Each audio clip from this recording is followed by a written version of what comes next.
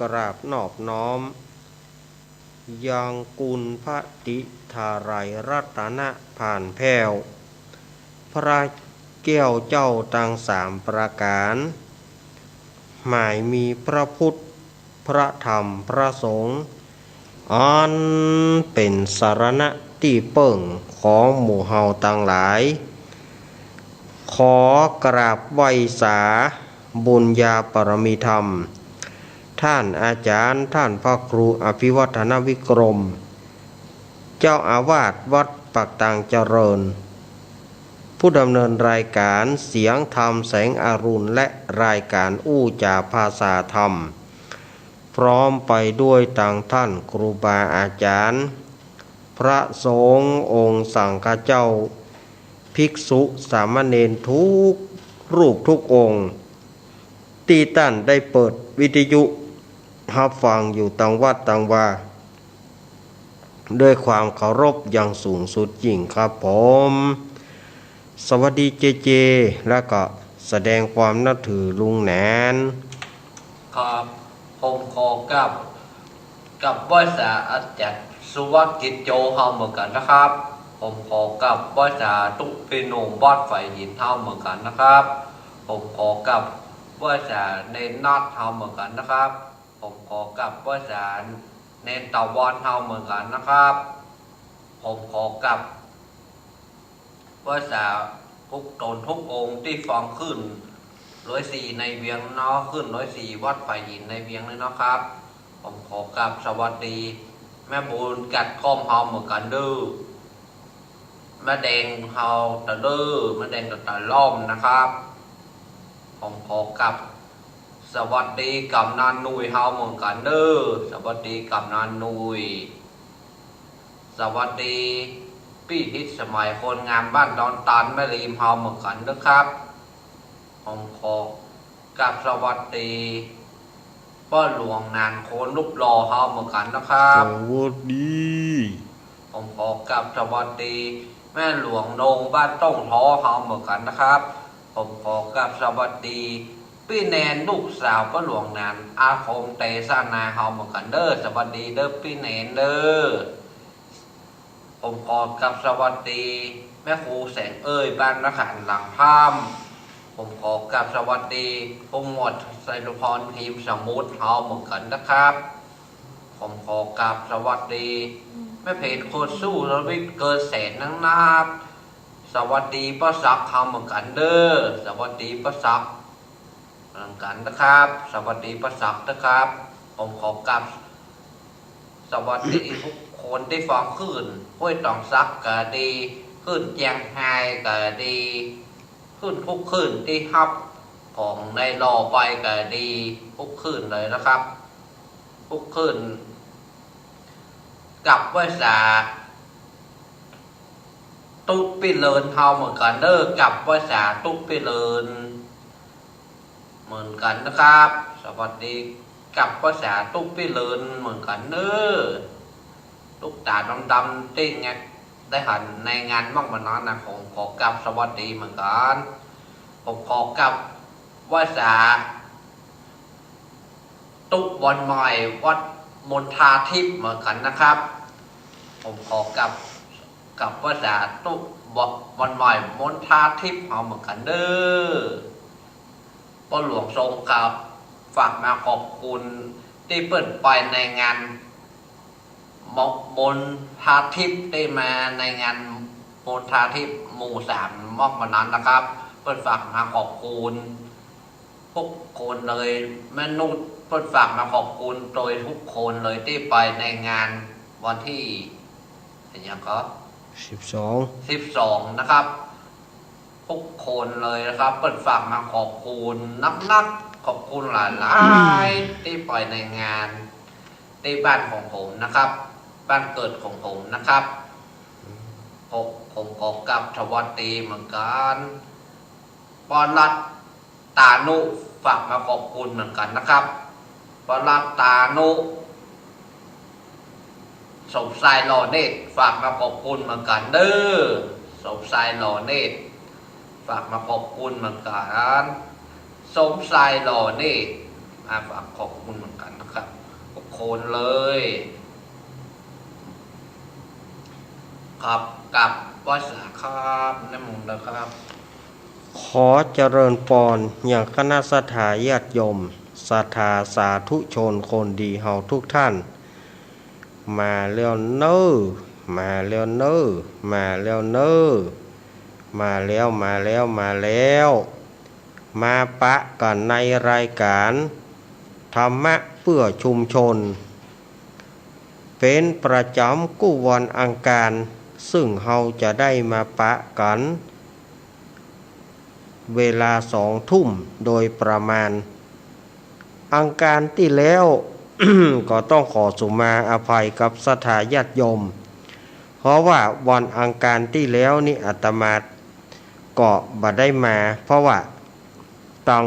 วัดใหม่มณฑาทิพย์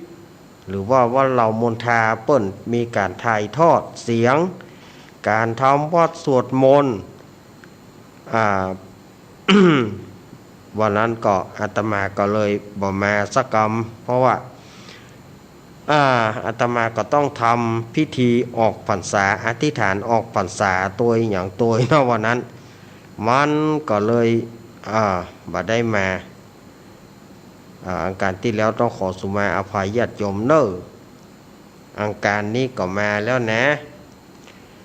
รายการธรรมะเพื่อชุมชนนี้ก็จะมาปะกันอย่างเงี้ยกู้วันอังคารเนาะ20:00 นโดยประมาณโดยมีกับผมอาตมาภาพสามเณรรักปัญโยนันท์แห่งวัดสันเมืองตำบลหนองล่องอำเภอเวียงหนองล่องจังหวัดลำพูนเป็นผู้ดำเนินรายการนี้ออกอากาศหลายสถานีเช่นว่าสถานีวิทยุ104.50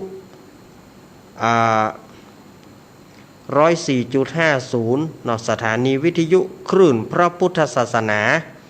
การศึกษาและวัฒนธรรมวัดฝ่ายหินตำบลสุเทพอำเภอเมืองจังหวัดเชียงใหม่ 104.50 เมกะเฮิรตซ์โดยเมตตาธรรมของท่านอาจารย์ท่านพระครูสมุวิสุวัฒน์วรกิจโจสถานีวิทยุวัดพระบาทอุดม น้ำบ่อซาวาอำเภอฝางจังหวัดเชียงใหม่โดยเมตตาธรรมของพระเดชพระคุณหลวงพ่อสุจิตตานุรักษ์แล้วก็ท่านอาจารย์จำเริญโชติธรรมโมวัดพระธาตุม่อนปิ่นอำเภอฝางแล้วก็ตุปีโจ100.25 เมกะเฮิรตซ์น้ำบ่อซาวาสถานีวิทยุห้วยตองสักเรดิโอ 98.75 ตั้งอยู่วัดห้วยตองสักตำบลขวงเปาอำเภอจอมทองจังหวัดเชียงใหม่โดยเมตตาธรรมของหลวงพ่อวาปีวรมานิตแล้วก็ท่านอาจารย์ชวริตชัยวังโสสถานีวิทยุมนต์เสียงธรรม 106.25 เมกะเฮิรตซ์ตั้งอยู่ที่วัดบุพารามตำบลจ้างเคิ่งอำเภอแม่แจ่มจังหวัดเชียงใหม่โดยเมตตาธรรมของหลวงพ่อมงคลวิสิทธิ์แล้วก็ท่านปรัตอุทัยทั้งสองท่าน2อุทัยสถานีวิทยุบ้านทุ่งเรดิโอ 89.50 เมกะเฮิรตซ์โดยการเอื้อเฟื้อถวายเวลาของป่ออุดมแม่เทียมวันพุทธวงศ์สถานีวิทยุ 94.50 แม่ขจารโมเดิร์นเรดิโอโดยการเอื้อเฟื้อถวายเวลาของป้อน้อยสุวรรณแม่อนงพรหมมินทร์สถานีวิทยุแม่วางเรดิโอสถานีวิทยุบ้านแป้นเรดิโอจังหวัดลำพูนสถานีวิทยุดอยหมอกเรดิโอสถานีวิทยุเวียงป่าเป้าเรดิโอสถานีวิทยุเมืองพานเรดิโอสถานีวิทยุชุมชนคนเมืองลี้แล้วก็หลายสถานีที่ริงสัญญาณไปขออนุโมทนากับเจ้าหน้าที่แล้วก็หัวหน้าสถานีทุกท่านเนาะบอกว่าจะเป็นท่านหัวหน้าสถานีวิทยุที่เป็นพระสงฆ์องค์เจ้า แล้วก็ที่เป็นคฤหัสถ์ญาติโยมก็ขออนุโมทนาตัวเนอ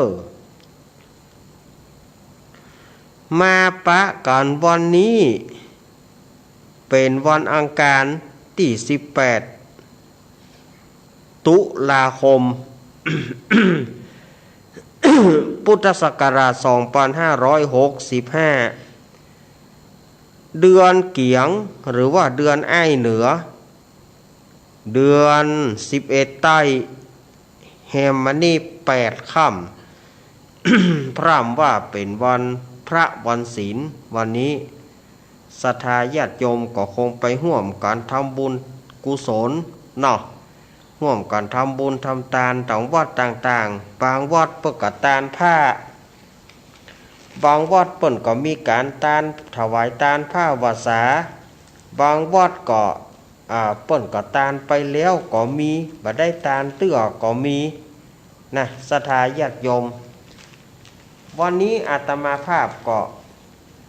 จะพักทำข้าวเรื่องกำพร้างัวเขาตองอย่างกำนอกวันนี้นะเพราะว่าวันนี้มันเป็นวันบางที่บางวัดบางวาเปิ้นกตานผ้าวาสาวันนี้อาตมาภาพก็จะเอาทำอานิสงส์ตานผ้าวาสามาเทศมาเล่าให้ศรัทธาญาติโยมได้ฟังเดี๋ยวก็เนอะญาติโยมเนอะอาตมาขอเวลาแป๊บเดียว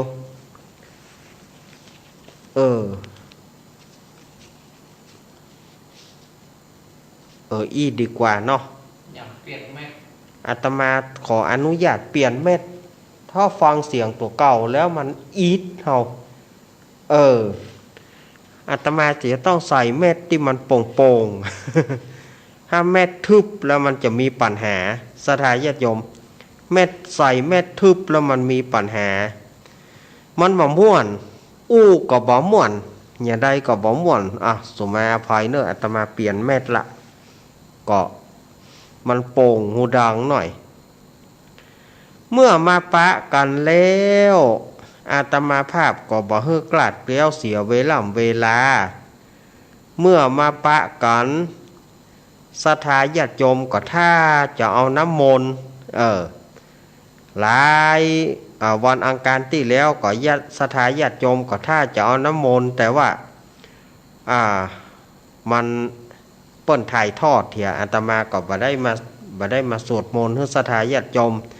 แต่วันนี้ศรัทธาญาติโยมก็ว่าวันนี้บ่พลาดเน้อ วันนี้บ่พลาดเน้อจะขอเอาน้ำมนต์ให้จนได้บอกว่ากันเมื่อปะกันแล้วอาตมาภาพจะนำศรัทธาไหว้พระเหียก่อนเมื่อไหว้พระเรียบร้อยก็จะมาสวดมนต์เจริญพุทธมนต์พอสมควรแก่การเวลานอกศรัทธาญาติโยมเมื่อได้มาแล้วกราบพระพร้อมกันกราบหนึ่งกราบสอง กราบสามเอาไหว้พระตัวกันเนอะอะระหังสัมมาสัมพุทโธภควาพุทธังภควันตังอภิวาเทมิ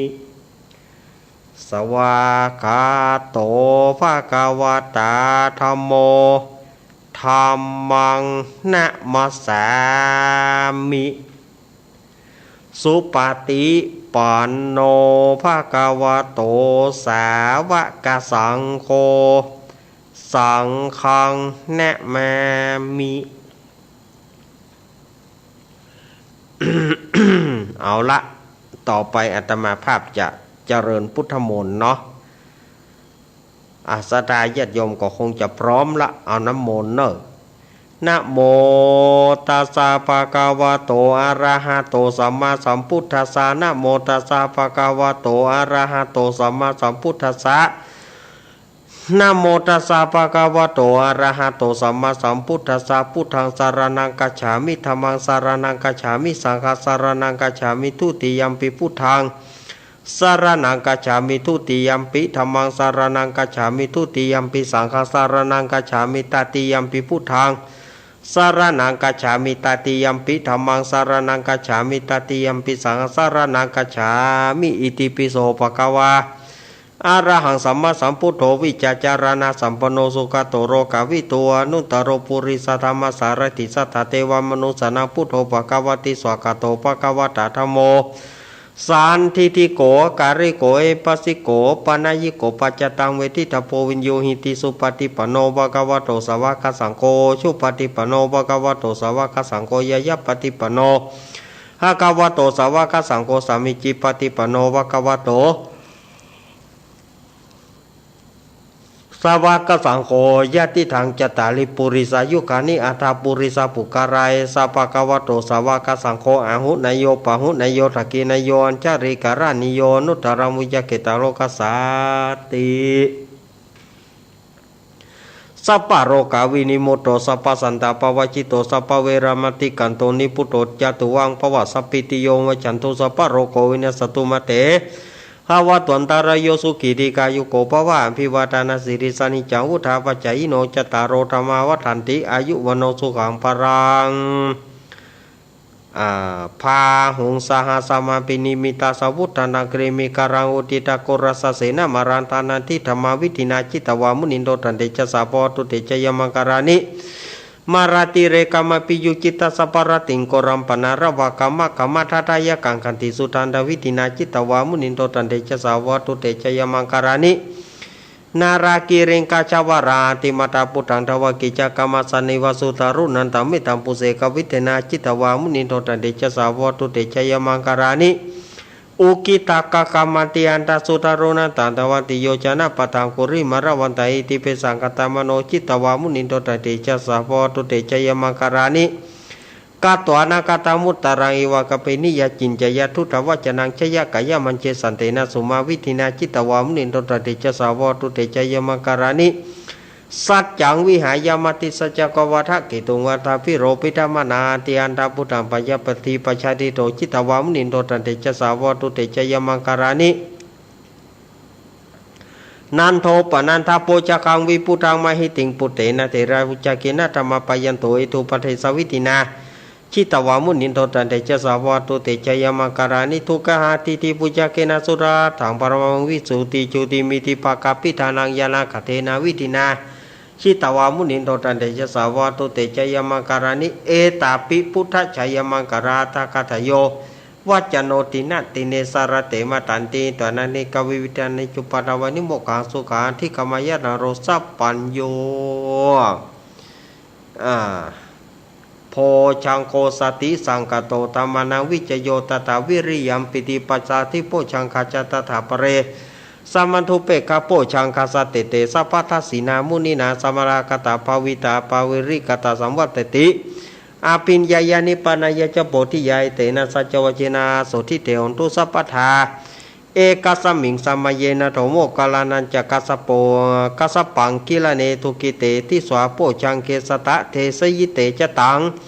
อาปินันติตวโรกามุจิงสุตังกันเอเตนะสัจวเจนะโสทิเตอนตุสัพพทา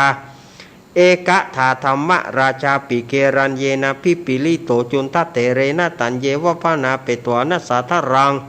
สามโมทิตัวจะอาปทาตัมหาวุธาสิธานะโสเอเตนะสัจวเจนะโสทิเตอนตุสัพพทา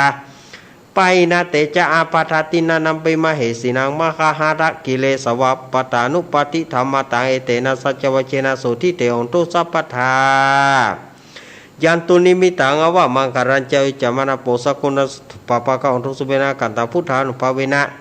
ธรรมานุภาเวนะสังขานุภาเวนะวินาสมินโตมหาการุณิโกนะโถยตายะสัพพปานินะปุริตปรมิสัพพปโตสัมพุนิพุทธมาเตนะสัจวเจนะหุตุเตชยมังคารังชยันโตโพธิยาโมเรสกายานันติวัตโนเอวังตววิชโยหิชยชยมังคะเลอปราจิตาปรกิสิเสปัทวิปุกะเลอภิเสกิสัพพพุทธานังกัปปะโตปมุตติสุนัขตังสุมังคารังสุปปะตังสุทิตังสุกโนสุโมโตเจสุยิตังปรมาจาริสุปรักกินะกายกรรมวจากรรมวัฏกินะวัฏกินะมโนกรรมปณิทิเตปัฏกินะปัฏกินะเนกัตตวนาราพันตเตปัฏกิเนโสตราโทสุขิโตวิรุณโหพุทธศาสเนโรโกสุขิโตหิสาสเปยติพิสาตระธา สุกิตาวิรุณหาพุทธศาสเนโรกาสุกิตาหิสาสเปเยติพิเตอัตรธาสุกิตาวิรุณหาพุทธศาสเนโรกาสุกิตาหัทสาสเปยติพิพุทโธมังกลาสัมพุทโธสัมพุทโธทิปทุตโมพุทธมังกลามากัมมาสัพพทุขาปมุญจเลธรรมมังกลาสัมพุทโธคัมภิโลทุตโสอนงธรรมมังกลามากัมมาสัพพปัญญาปมุญจเลสังโฆมังกลาสัมพุทโธวาราภกินโยอนุตตโรสังฆมังกลามากัมมาสัพพโรกาปมุญจเลโอมติปะสหมังสับแดดเพียนก้าวัดวาลูกเป็นเปียวไฟสลีกันใจกุเทียนนี้ปราบเมืองผีมากู้ดาวบ่ฮุกกี้เจนเต้าปราบกินมา101ภาษากูก็ปรับได้ใต้ปืนฟ้าเหนือหน้าแผ่นดินเกาลิ้นกูเป็นน้ำเกากลางกูเป็นแม่น้ำย่อยกูจอกออกไปท่วมหัวผีตายปลายลิ้นกูเป็นดาบเทียนก้าใต้ปืนฟ้ากูบอกกัวสังอมซับปะโตมังสวหายโอมเป็ดจะรำแผ่นดินดำไหวว่าสายตาปีขาดกับหนีละคนดีกูเอาไว้นี่อย่าได้เอาไปตัวหมู่สูต้านตั้งผีแมนและผีเข็นตั้งผียักษ์ผีเย็นจงงานหนีอย่ามาใกล้ตั้งผียักษ์ร้ายจงหนีไปปันผีกุมพันและผีให้อันเตียวต้องพายจงรีบหนีไปอมสัพพโตมังสวหายสาธุสาธุสาธุพระปัญญาปรมี30ทัศสาธุสาธุพระปัญญาปรมีวัดแวดล้อมวิริยะปรมีอ้อมระวังดีศีลปรมีบางหอกดาบเมตตาปรมีพาแปะตังปืนตานาปารมีฮือเป็นปืนตั้งต่ออุเบกขาปารมีก่อเป็นเวียงสัจจะปารมีเวทระวังดีเป็นไม้ใต้กันตีปารมีกลายเป็นหอกดาบบางนาไม้และปืนไฟอาทิฐานะปารมีผันดับไปทุกแห่งแข็งแข็งแรงแรงปราบพุงหมู่มันพีสังภายเพชรทุกทวีปบติปังไปนี้แม่ธรณีอาสจันโซเสมือนผันอยู่ข้างๆน้ำนั้นตีนองกวางต่อกวางแตกตีฟองนานองนานอกกลายเป็นข้าวตอกดอกไม้ถวายปุจจาพระเกียวแก่นทัศตานพระพุทธังเลยจงมาภายโพดอนุญาโตดโปรดปุกาแต่ดีลีเมธรณีออกมารีดผมอยู่ข้างใต้จางหายขายสะจังงาสับดินพ่นน้ำนันทีลงผ่านผายคอไปหักตบเต้าพญามันเอาต่างปูนกัวยกมือขึ้นทูลหัวใส่กราวว่าปูกานี้ชื่อว่าลูกศิษย์พระพุทธเจ้าตนมีบุญสมปานั้นมากนักพระพุทธเจ้าจึงจัดตั้งปัญญาปรมีไว้9 ชั้นตั้งไว้ตั้งหน้าก็ได้9 ชั้นตั้งไว้ตั้งหลังก็ได้9 ชั้นตั้งแต่หัวเปียวตีนก็ได้9 ชั้นตั้งแต่ตีนเปียวหัวก็ได้9 ชั้นแสนวา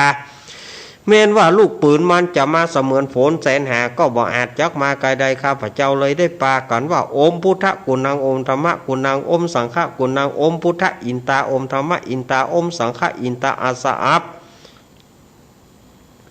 แม่ธรณีผู้อยู่เหนือน้ำผู้อยู่กำแผ่นดินกะข้าได้ระลึกกึศถึงคุณพระปิตาคุณพระมารดาคุณครูบาอาจารย์คุณเทวบุตรเทวดาคุณแก้วเจ้าทั้ง3ประการคือคุณพระพุทธคุณพระธรรมคุณพระสงฆ์คุณแดดคุณฝนคุณน้ำคุณลมคุณดินคุณไฟคุณกุศลเจ้าก็ดีคุณพระโตนพระวนาก็ดีคุณนางอุทราก็ดีคุณพระปัญเจกพุทธเจ้าก็ดีคุณพระแม่ธรณีก็ดีคุณเจ้าแม่กวนอิมบรมโพธิสัตว์ก็ดีจุงมาเข้าสา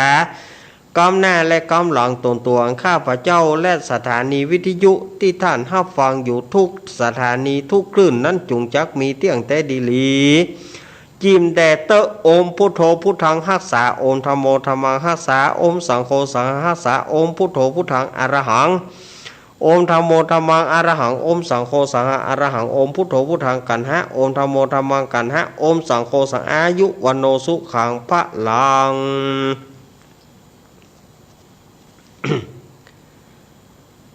เดี๋ยวเนอสถาญาติโยมเนอ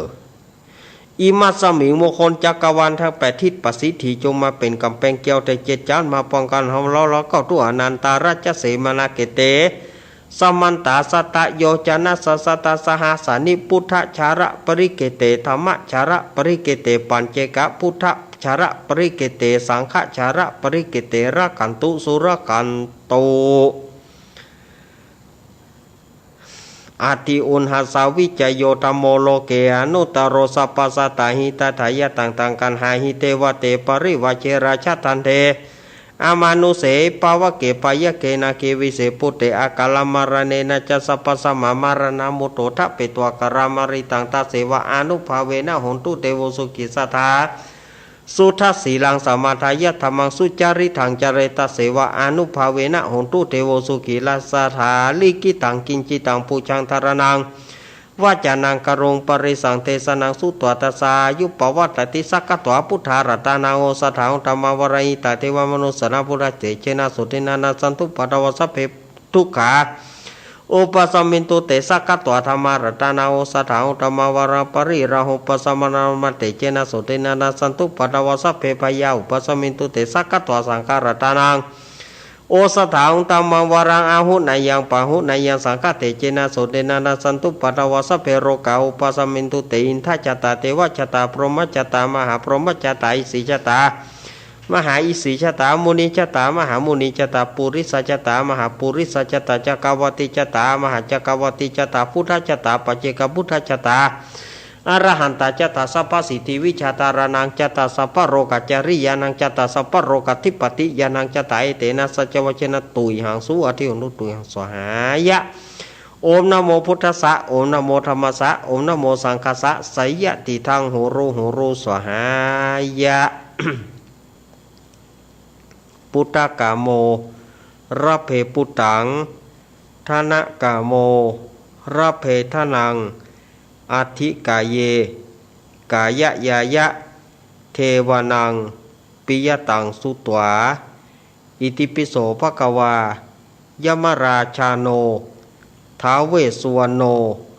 มรณังสุขังอรหังสุขโตนะโมพุทธายะชายาสนากาตาพุทธาเจตัวมารังสาวหานังจตุสัจจังสัพพังราสังเยเปเวโนโสนราสภา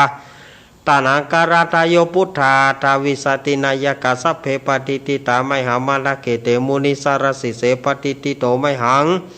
พุทโธธรรมโมทวิโรจเนสังโฆปฏิติโตไมหังโหเรสภะกุณากโรอัฏเยเมอนุรุโธสารีปุตโตจตักกิเนโกณัญโยปิติปกัสสมิงโมการโนจวามะเกทักกิเนสวะเนไมหาสุงอนันตาราหุโรกัสสะปุจจามหานาโม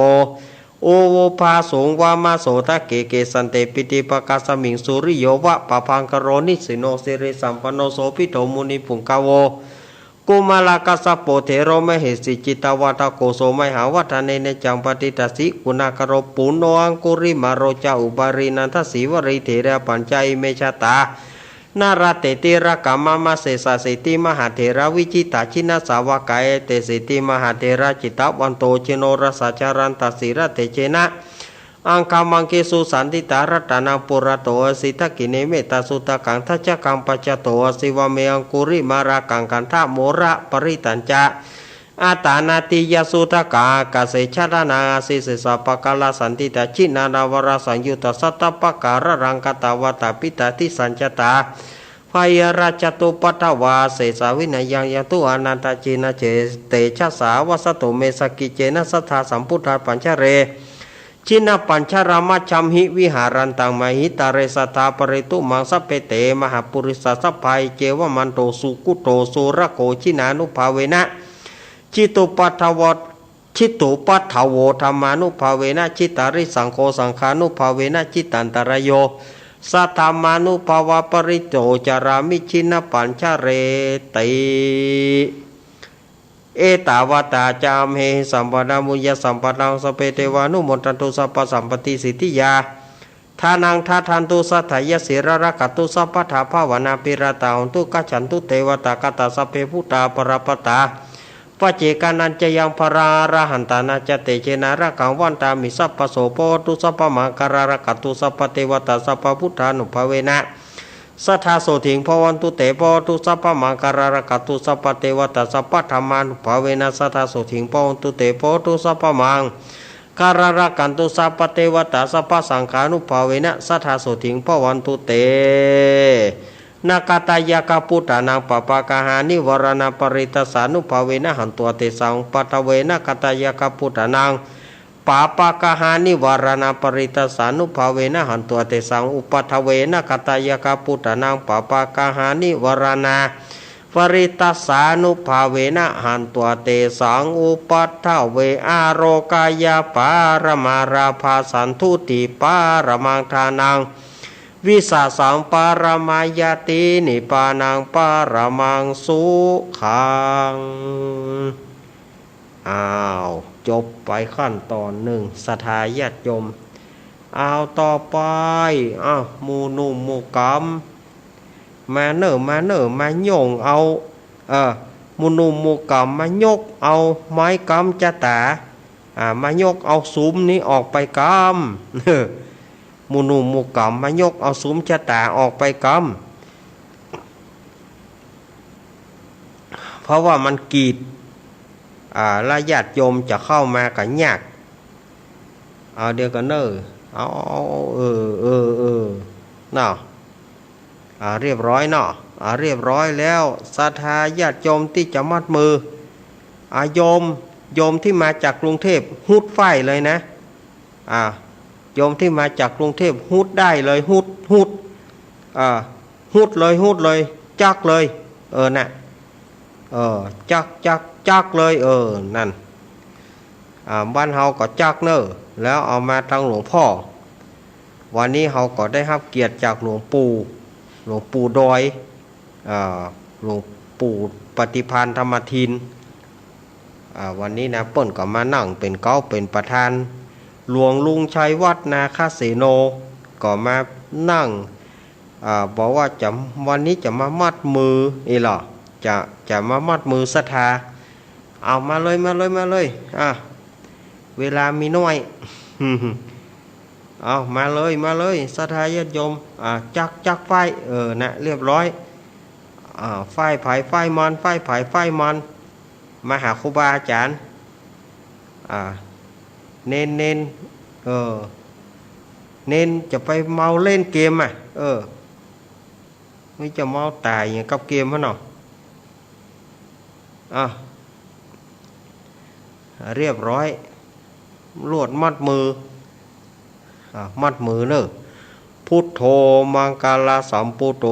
โตทีปทุตโมพุทธมังกาละมากามาสปะทุกขาปมุญเจเล ธัมโมมังกาลสัมปุโตคัมพิโรทุทธโสอนุธรรมะมังกาละมากามาสปะพญาปมุญเจเลสังโฆมังกาลสัมปุโตวราทคินายโยอนุตตโรสังฆมังกาละมากามาสปะโรกาปมุญเจเลสัพเพพุทธาปรปตาปเจกานันจะยังพรังอรหันตานาเจเตเชนะระกังวันตามิสัพพโสสัพเพธรรมาปรปตาปเจกานันจะยังหราระหันตานาเจเตเชนะระกังวันตามิสัพพโสสัพเพสังฆาปรปตาปเจกานันจะยังปรังอรหันตานาเจเตเชนะระกังวันตามิสัพพโสอ้าวละไว้ลุงไอ้ลุงไอ้มาได้แล้วหรอลุงไอ้นะลุงไอ้เอาขันน้ำมนต์ไปนะมากระจายเลยลุงไอ้นะมากระจายเลยเนอะลุงไอ้เนอะเอาขันน้ำมนต์ไปลุงไอ้ขันน้ำมนต์ไปเอาขันน้ำมนต์ให้หลวงปู่กำขันน้ำมนต์แล้วกับหลวงปู่เพิ่นจะจุบคาแล้วเพิ่นจะ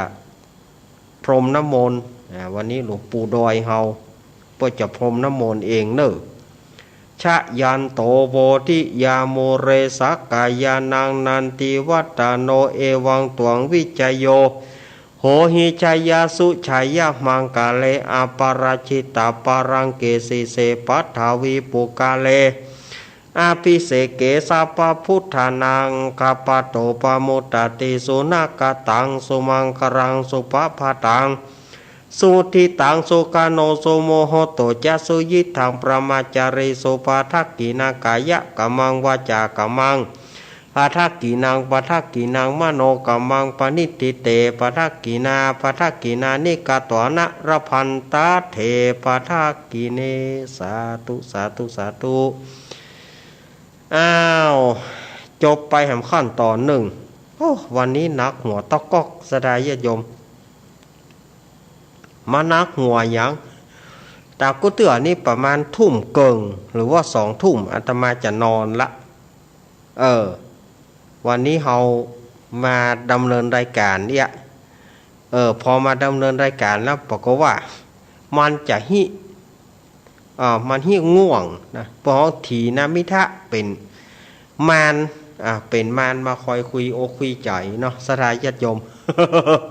เป็นมารมาคอยจะกล่อมนอนอยู่นั่นน่ะสุมาอภัยเนอะวันนี้ถ้าว่าเสียงไปบ่เข้าท่าก็สุมาอภัยเนอะเอาละขั้นตอนต่อไปเฮาก็จะมีการเตะธรรมเนอะเล่าธรรมเพื่อสถานญาติโยมตั้งหลาย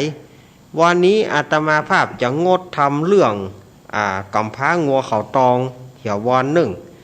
อังการหน้าอาตมาจะชดเชยให้2 ผูกอังการหน้าอาตมาจะชดเชยให้เลย2 ผูกวันนี้อาตมาก็ของดทำเรื่องไว้ก่อนแต่ว่าวันนี้โดยเจ้าภาพวันนี้มันบางที่เปิ้นกับตาลผ้าจำนำภาษาเมื่อเปิ้นตาลผ้าจำนำภาษาอาตมาก็จะเอาทำอานิสงส์ตาลผ้าวาสามาเตศแล้วมาเล่าให้สถานญาติโยมฟังเจ้าภาพลักษ์ยังเป็นทางการป่อสมศักดิ์แม่สีเพนขาวเตี้ยบ้านตะจางตำบลหนองล่องอำเภอเวียงหนองล่องจังหวัดลำพูนแล้วก็แม่ฟองคำจินาอินายอเนกนายอเนกนางจินตนาพรน้องปลายฝนชัยกาวินนี่เปิดก็จะตานตามเดิมนั่นเนอะป่ออุ้ยน้อยปานแม่อุ้ยเงินจินาอิป่อสีแม่สอนขาวเตี้ย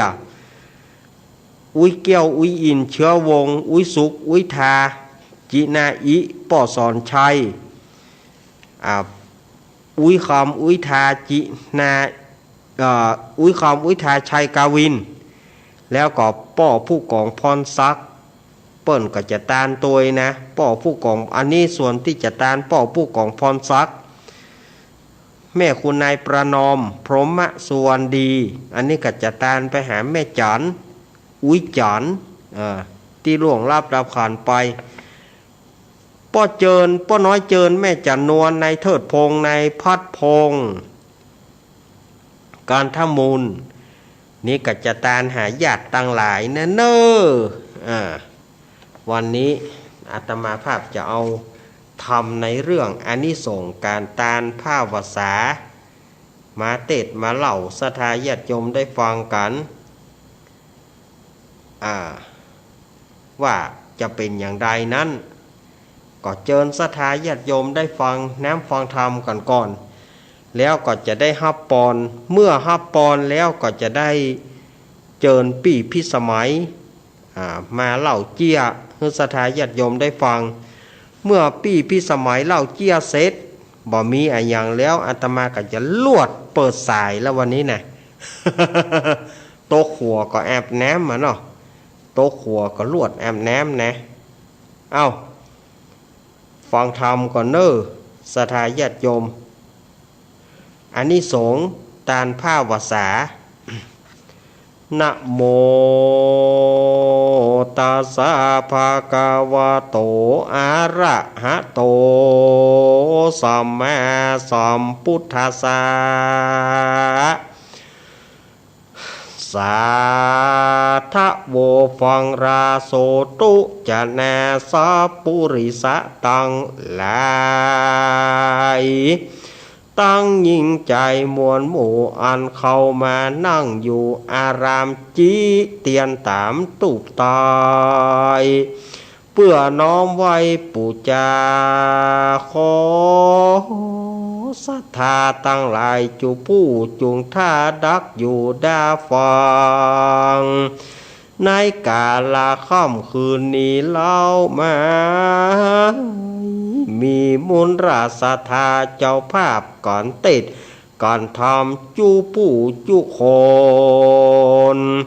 ก็ได้สะโรงโคงควายตกแต่งตามปิมแปงโบราณได้ปูจาน้อมนำมายังเข้าตอกดอกไม้และลำเทียนพร้อมกับตังกับปิยพันธ์ตั้งหลายเพื่อปูจาพระสัทธรรมเทศนานิมนต์อาตมาภาพมาเป็นองค์เทศนาธรรม เพื่อจักตานไปหาปิตามารดาพ่อแม่ตั้งเท่าแก่สัมพันธวงศาญาติกาญาติมิตรพี่น้องอันใดร่วงรับขานยังบ่เต้าแต่นานจักตานไปภายภาคนาตานไปหาเทวบุตรเทวดาพ่อเกิดแม่เกิดปู่แทนย่าแทนเจ้ากรรมและนายเวรขอบุญส่วนกุศลมวลฝูงนี้ไปรอดไปถึงแก่เขาเจ้าเพื่อได้ฮับเอาของกินของทานได้กินได้บริโภคแล้วก็ขอเอาจิตวิญญาณเอาตนเอาตัวขึ้นสู่สวงสวรรค์จันทร์ฟ้า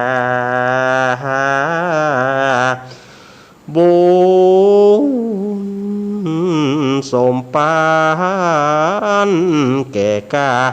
ได้ถึงอมตะมหาเนลาปานแดเตอเอาแล้วเนาะสถาญาติโยมสาธุชนทั้งหลายเมื่อได้ฟังธรรมในวันนี้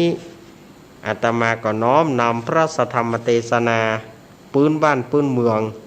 ในเรื่องอานิสงส์อานิสงส์ตามภาษาษาว่าจักมีที่มาที่ไปอย่างใดเนาะเพื่อบ่ให้เป็นการเสียเวลาอาตมาก็จะเล่าไปเสียเลยเนาะในสมัยนั้นอันนี้พระอานนท์เปิ้นว่าเนอะพระอานนท์เปิ้นว่าโอ้ท่านอาวุโสท่านทั้งหลายผมเคยได้ยินพระพุทธเจ้าเปิ้นไปเทศที่อื่นแล้วเอามาเทศให้ผมฟังเปิ้นว่าสมัยที่เปิ้นพระพุทธเจ้าของเขานั้นเปิ้นประทับอยู่ที่พระเชตวันมหาวิหารเปิ้นก็ได้ปรารภถึงนางผู้หนึ่งพระพุทธเจ้าเปิ้นก็ได้ปรารภถึงนางผู้หนึ่งชื่อว่านางกัมพามายะทาสีนางกัมพามายะทาสีเนี่ยโอ้พ่อแม่ตายละเมื่อน้อยๆละศรัทธาญาติโยมพ่อก็ตายแม่ก็ตายบ่มีพี่บ่มีน้องบ่มีเพื่อนบ่มีพ้องเพราะว่านางเนี่ยไปเกิดในตระกูลตุ๊กตะไปเกิดตระกูลคนตุ๊กอีเตอร์เนาะบ้านเฮาฮ้องว่าตุ๊กตะไปเกิดตระกูลคนตุ๊กคนตุ๊กเขานี่กรรมโบราณเปิ้นแต่ว่ายามมีเงินก็ฮ้องน้องมีทองก็ฮ้องปี่ถ้าเงินบ่มีหายตึงปี่หายตึงน้องกรรมโบราณเปิ้นว่าอย่างอี้นะสถาญาติโยมนางกัมพามายะทาสีเนี่ยเกิดมาอายุได้ประมาณ6 ขวบ 7 ขวบพ่อแม่ตายละเมื่อพ่อแม่ตายละแล้วหาพี่น้องบ่ได้อย่างที่อาตมาว่าตะเกียมีเงินเปิ้นก็ฮ้องน้องมีทองเปิ้นก็ฮ้องปี่เงินทองบ่มีหายตึงปี่หายตึงน้องอย่างที่อาตมาว่านางกัมพลามายะทาสีเนี่ยต้องใช้ชีวิตอยู่คนเดียวใช้ชีวิตอยู่คนเดียวโอ้ศรัทธาญาติโยมคิดว่าละอ่อนอยู่คนเดียวเนี่ยจะทุกขเวทนาขนาดไหนไปขอกินข้าวที่ไหนเปิ้นก็บ่ฮื้อเพราะว่าเป็นคนทุกข์ถ้าหากว่าเป็นคนรวยโอ้ขอกินข้าวเปิ้นก็ฮื้อ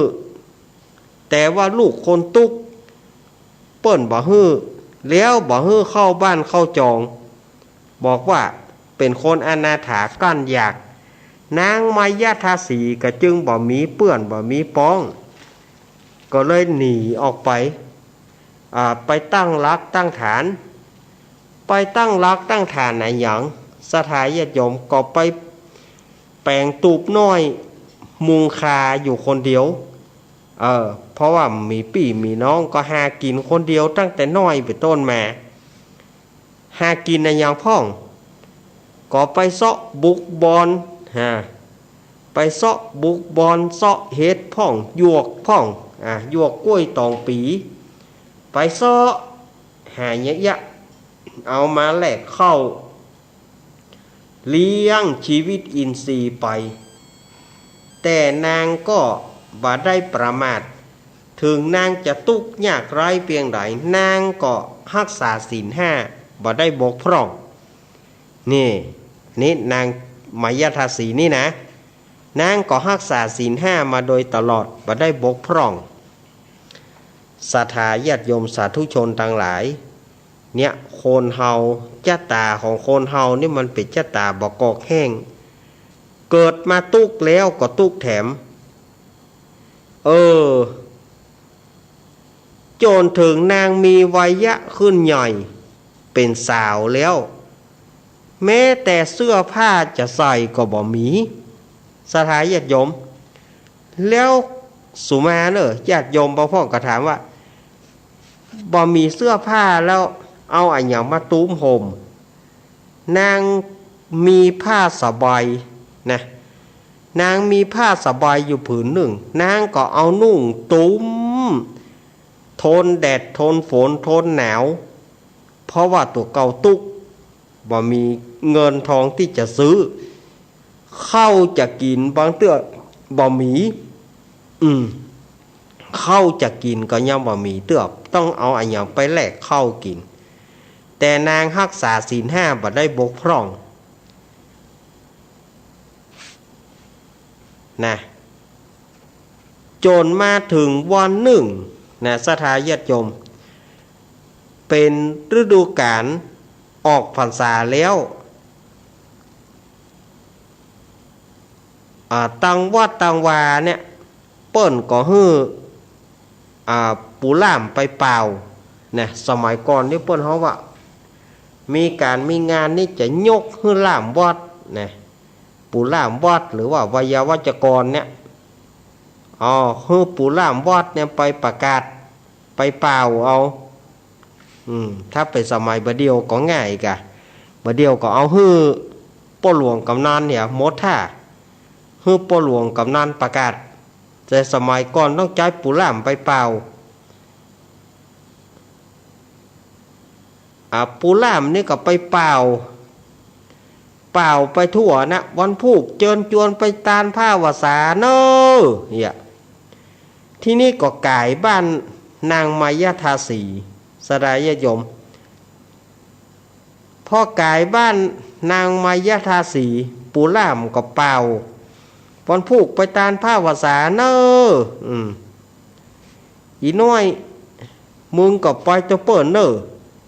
มีอย่างมึงก็ตานไปนี่นะปูล่ามนี่นะเมื่อเปิ้นเป่าเมื่อเปิ้นเป่าอย่างอันแล้วก็นางมายาทาสีก็มากึดใจว่าเฮาก็มีใจไข่ตาลแต่เข้าน้ำโภชนะอาหารเฮาก็บ่มีที่จะตานเงินสักบาทหนึ่งเฮาก็บ่มีจะตานจะเอาอันหยังมากินมาตานเฮาก็อยากจะตานแต่เนอว่าอันนางก็เลยมากึดใจว่าจัดแล้วปางหลังเฮาถ้าบ่ได้ตานผ้าตานขัวเกิดมาจัดนี้เฮาจึงตุกเอาละเฮาจะตานผ้าสบายนี่แหละตานผ้าตุ้มนี่นะเฮาจะตานผ้าสบายนี่แหละขอเป็นบุญเป็นกุศลภาวะจติใดก็ขอให้ข้าจะไปทุกข์ไปยากอย่างอีเนอว่าอันนางกำพร้ามายาทาสีนี่ก็สละ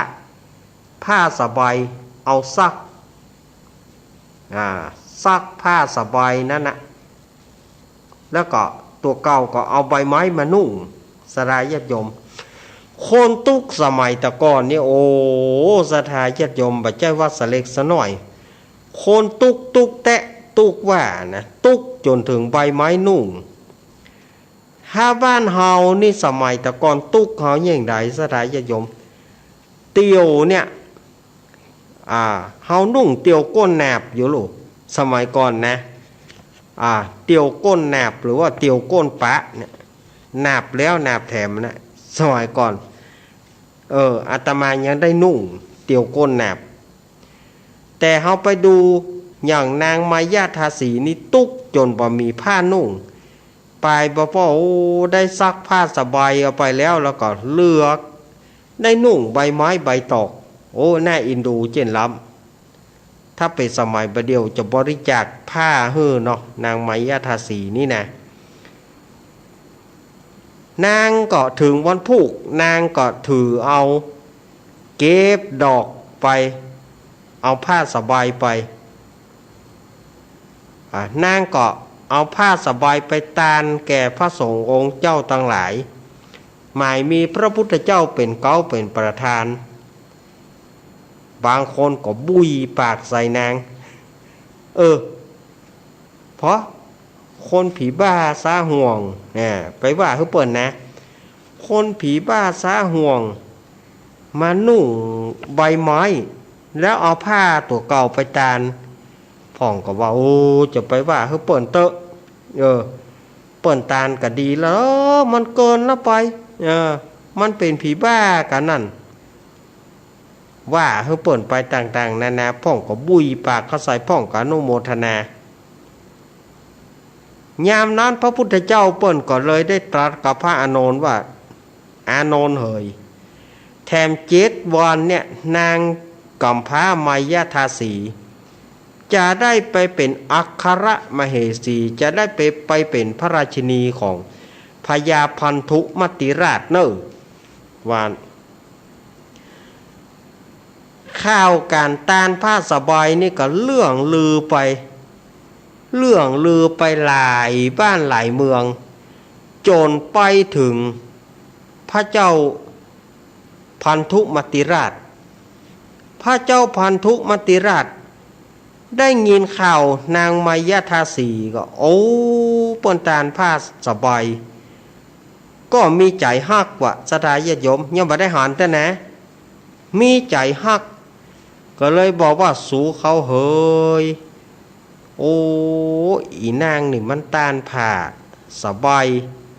สู่เขาไปเอามันมาเหรอกูหักมันเฮ้ยว่าโอ้พญาพันธุมติราชนี่เป็นยองเนาะ สู่เขาไปเอามาหือกูกำล้อว่ะเขาก็ปากันไปฮับนางมายาทาสีแล้วก็พระเจ้าพันธุมติราชก็ตั้งให้นางเป็นใหญ่กว่านางสนมกำนัน60,000ดูเพื่อตั้งเป็นใหญ่กว่านางสนมกำนันทั้งหลาย60,000 คนนี่นะนางก็ได้รักษาศีลเมตตาภาวนานางก็ได้ฮื้อตานบะขาดตราบต่อเต้านางก็เสี่ยงชีวิตนางก็เอาจิตวิญญาณไปเกิดในสวรรค์ชั้นดาวดึงส์เนี่ยอันนี้ด้วยอานิสงส์การตานผ้าสบายนะสถาญาติโยมผ้าสบายผ้าตุ้มเนี่ยอานิสงส์ตานผ้าทำให้นางได้ไปเกิดเป็นเทพอัปสรมีบริวาร600,000ดู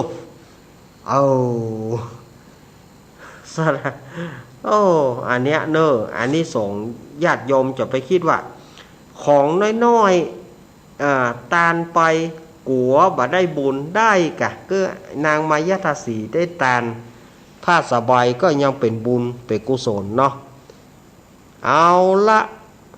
อาตมาภาพได้เตดมาถึงเต้นนี้ทำมันก็จบลงพอดีขอศรัทธาญาติโยมเฮาจงได้มรรค4 ผล 4นิพพาน1ได้มีดวงตาสว่างสวายด้วยแสงธรรมนี้ อย่าได้ขาดอย่าได้ขาดนั้นจงจักมี การเทศนาธรรมอานิสงส์ตานภาภาษาก็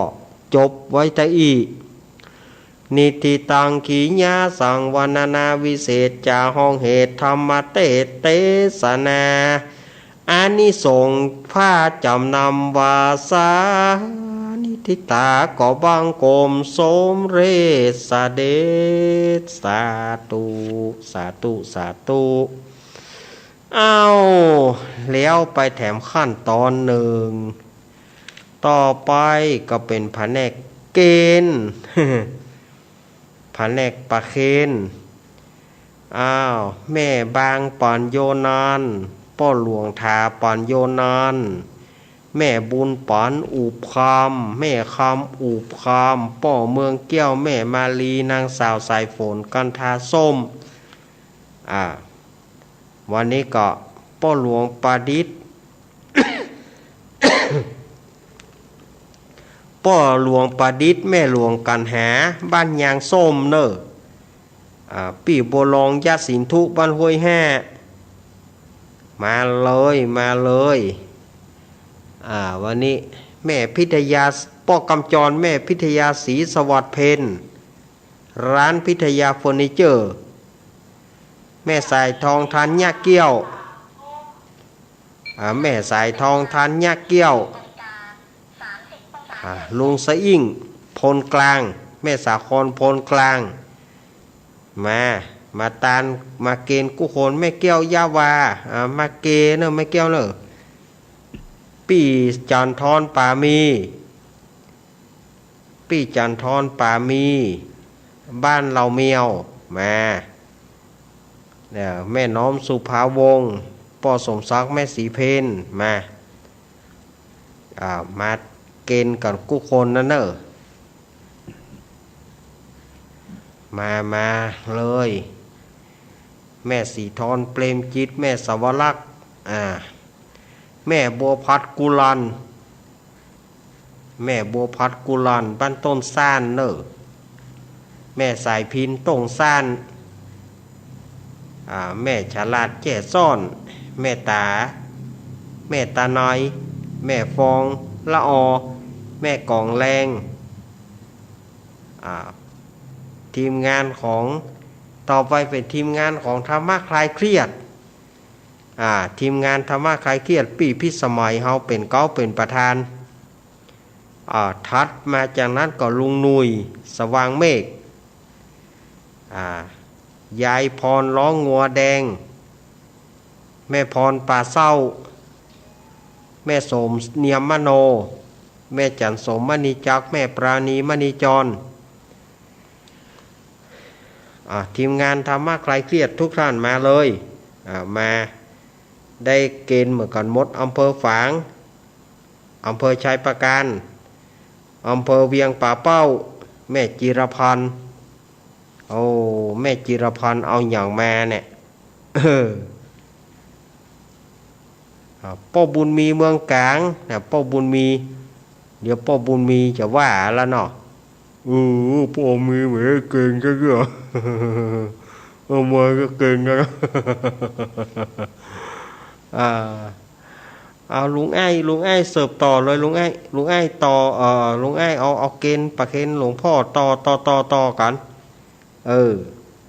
ลุงไอ้ต่อกันเลยเนอะต่อกันเลยต่อกันเอาประเคนกันเรียบร้อยบ่ประเคนกันเรียบร้อยอาตมาภาพก็ขอสถานญาติโยมสงบจิตสงบใจน้อยวิทยุจะดับกรรมเนอะวิทยุจะดับไปกรรมหนึ่งญาติโยมบ่ต้องกลัวบ่ต้องกังวลว่าวิทยุอย่ามาดับอาตมาเนื่อมันดับไปกรรมหนึ่งเพราะว่าขอปฏิบัติขอส่งกระแสจิตกระแสใจให้กับญาติโยมแผ่บุญกุศลไปสักกรรมเดียวเนาะเมตตาภาวนากรรมเดียวแป๊บ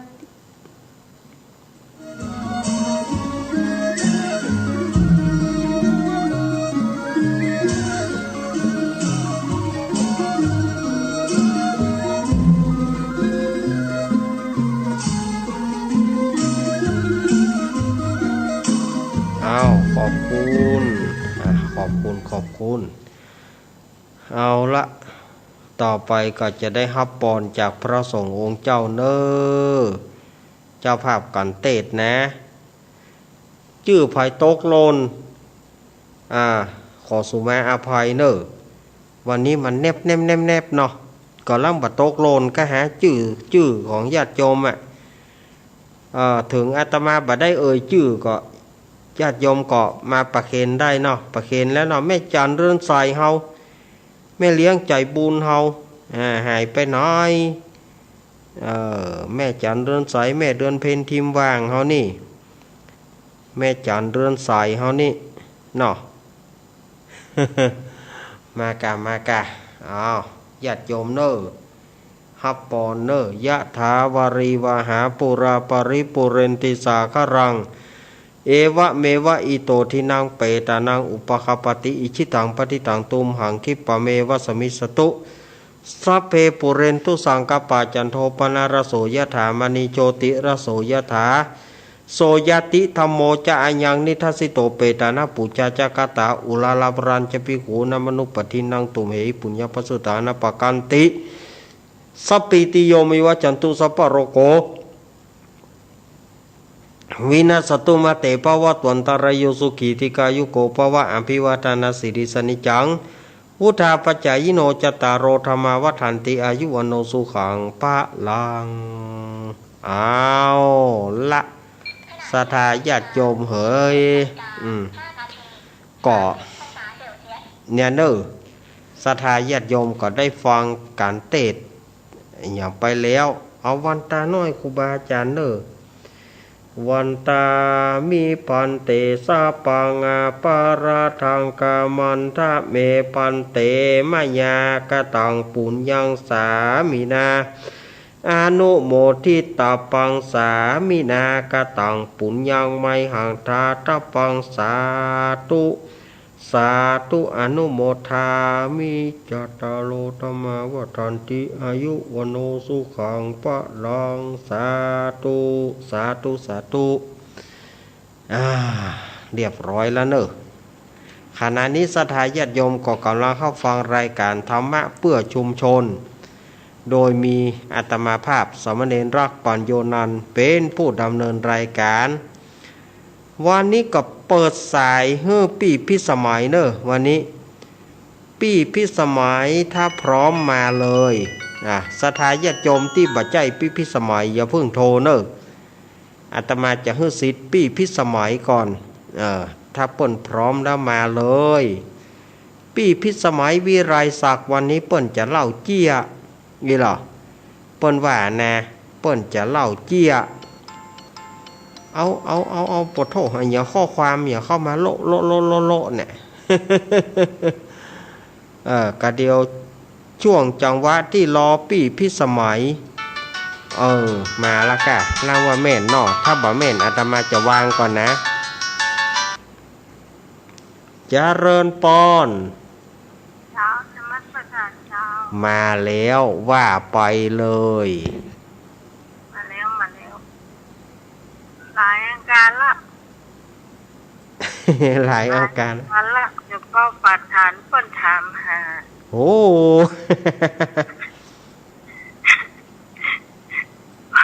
ลงมาหลายคนฟังก็ปัดฐานเปิ้นถามหาโอ้ยเป็นดีโอ้เนาะก่อนอื่นก็ต้องขอกราบนมัสการผู้อำนวยการทุกสถานีนะเจ้าพระเถรานุเถระทุกรูปนะเจ้าแล้วก็สำเร็จนรักปัญญานันท์สวัสดีเจเจ้าสวัสดีครับพี่สมัยคนงานแล้วก็สวัสดีคุณผู้ฟังที่อยู่ทั้งบ้านทุกคนทุกท่านที่กำลังฟังรายการธรรมะเพื่อประชาชนเนาะแม่นก็ธรรมะเพื่อชุมชนเป็นปีแล้วนะเป็นปีปลายแล้วค่ะยังจำชื่อรายการยังไม่ได้ ชื่อมันยาวพอหน่อยค่ะฮะเนาะยาววันนี้มีเสียตอนแรกก็จะนั่งเล่อยู่เนาะเจ้าเรื่องเศร้าว่าเรื่องตลก เนี่ยเนาะเรื่องเศร้าเดยปลาคนอื่นไปให้เนาะเทียมต่อตลกแล้วเนาะวันนี้หมูแม่กองแรงจะท่าฟังอยู่ก่อนแม่ลูกแก้วจะท่าฟังอยู่ก่อนเนาะแม่สายพินเนอร์ฝากไว้เนื้อเจ้าแล้วก็เห็นอย่างหนึ่งก็ต้องขอบคุณพี่อ้ายอาจารย์ด้วยเนื้อเจ้าที่พร้อมมาตั้งน้ำเนรเรารักเนาะพระป่า104.50เนื้อเจ้าขอบคุณเลยเนื้อเจ้าต่อไปเป็นการเล่าเจี๊ยนี่เรื่องมีอยู่ว่าใส่ชื่อเรื่องอย่างดีเอาฟังก่อนก็แล้วกันเนาะ2 คนเป็นเพื่อนกันเจ้าคนหนึ่งชื่อจีโน่คนหนึ่งชื่อฮาเล่2 คนนี่นะคนหนึ่งอยู่กับพ่อแม่และแถมคนหนึ่งนี่มีเมียละไปอยู่กับเมียแต่ว่าอาชีพของเขาเนี่ย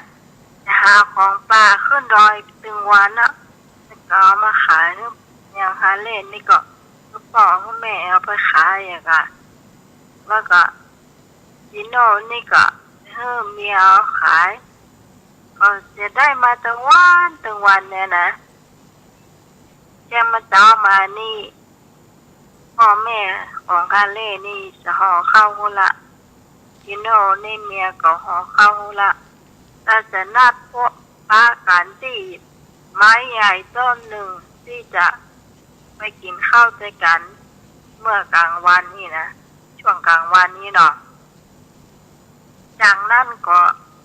ถ้ามันยังไม่ได้นักพอเตอร์ก็จะไปซอกต่อแฮมเนี่ยกะมันมีอยู่วันหนึ่งที่ว่า2 คนเนี่ยต่างคนก็ขอคิดว่าถ้าได้ยังมานักเสื้อเขาขึ้นไปแหมมีนาดอยมันนี่มันเป็นลงเขาอยู่แล้วมันมีอยู่ในจิโน่เนี่ยขึ้นไปแล้วก็ทีนี้มันได้ของนักลำไปแล้วมันมาลงมาง่ายๆมันอีดเมื่อก่อนไปนอนรับอยู่บนต้นไม้ปุ่นนอนอยู่นอนรับอยู่บนต้นไม้ปุ่นให้แขวนเปเอาเปไปตัวอยู่ว่าได้หูเนาะเอาไปได้ฉาบละแล้วทีนี้ฮาเล่นี่มาละว่าปกติตึงวันนี่นะฮาเล่นี่ถึงจีโน่นี่ขอจะนัดป้ากันร้านเหล้า2 คนนี่ป้ากันร้านเหล้าพอที่นี่ก็6 โมง 7 โมงวันนายจีโน่นี่ผมบอกมาฮาเล่ก็ว่าใหญ่บอกมาเจ้าประเดี๋ยวมันก็เลยโทรไปถามเมียของนายจิโน่ว่าจิโน่มันมาต้องประเดี๋ยวมันปีบ้านแล้วก็เมียมก็บอกว่าก็ได้ว่ามาแต่กันมาตัวลูกอย่าเอาล่ะกำนันยุ่งเนอะยุ่ง2 คนนี่ไปด้วยกันแล้วมาได้มาด้วยกันปกติป้ากันร้านเหล้าเลยปีกบ้านไผ่บ้านมันพอทีนี้ก็หากันป้าเมียมันก็เลยมันน่าให้เลยเนี่ยพากันไปแจ้งความที่โรงพักไปแจ้งความเราบอกว่าพี่น้องมันหายไปเขาก็เลยช่วยกันค้นหาเจ้าคือเรียงแถวไปหน้ากระดานเลยนะเรียงแถวไปหน้ากระดานเลยจนกระทั่งกลางคืนค่อนคืนนี่นะนายจิโน่นี่ลุกหลังเสียวลงมาแต่มันมาเจอหมูที่มันหูจักมันมาเจอที่หมูหูจักมันไปเจอให้หมูหนึ่ง เปิ้นกำลังค้นหามันนั่นน่ะ เออ มันก็ไปถามเปิ้นว่าดูเขาจะไปไหนล้านเขาล้านคนที่ไปซ่อหามันนะเนาะเป็นคนไปซ่อหาคนหายนะมันหลงดอยก็ว่าได้มาหูมันมาต้องประเดียวไปต้องมาได้มันเบาอ๋ออันเอาไปตัวหิหลงเอาไปตัวดอยมื้อนี้นะเฮารู้จักข่อยหมดอ่ะเอามาตั้งวันนี่หรอก มาถามว่าชื่อหยังคนเตียนดิเซาะกับบอกว่าชื่อหยังนี่นะก็ตัวกันไปเจ้าร้อยกันไปจนพอถึงนั้นก็นะก็จะแจ้งกันนะทีนี้เขาก็ว่าโอ้มาได้การละค่ายเนาะขนาดเรียงแถวเป็นหน้ากระดานเสาะหามันก็ยังบอกว่าเอาอีดีกว่าเฮาส่งเสียงดีกว่าเนาะเพื่อมันจะได้ยินพ่องเนี่ยเขาก็เลยฮ้องว่าจีโน่อยู่ไหนมันสะดุ้งเลยนะสะดุ้งเมื่อกี้ฮ้องใครก็น้องจีโน่จีโน่ก็เฮาเนี่ยก้าวันนั้นเป็นว่าเรือนห้องบันไดทะเลมาว่าคนนี้ก่อนที่ชื่อจีโน่แม่นแล้วนั่นมาเที่ยวด้วยกันมาทั้งหมดเกินคืนแล้วยังบอกประตูคอมที่ทำลูกวานไปซ่อไปต่างคนต่างหูจะว่าซ่อไปมันก็ไปถามเปิดลาบมูนั้นเขาก็ไปถามมาว่าจื่อยังถ้าส่วนกันที่บนดอยจะแต่นะก็เลยว่าเนี่ยห้อยตั้งชื่อว่าใหญ่เนี่ย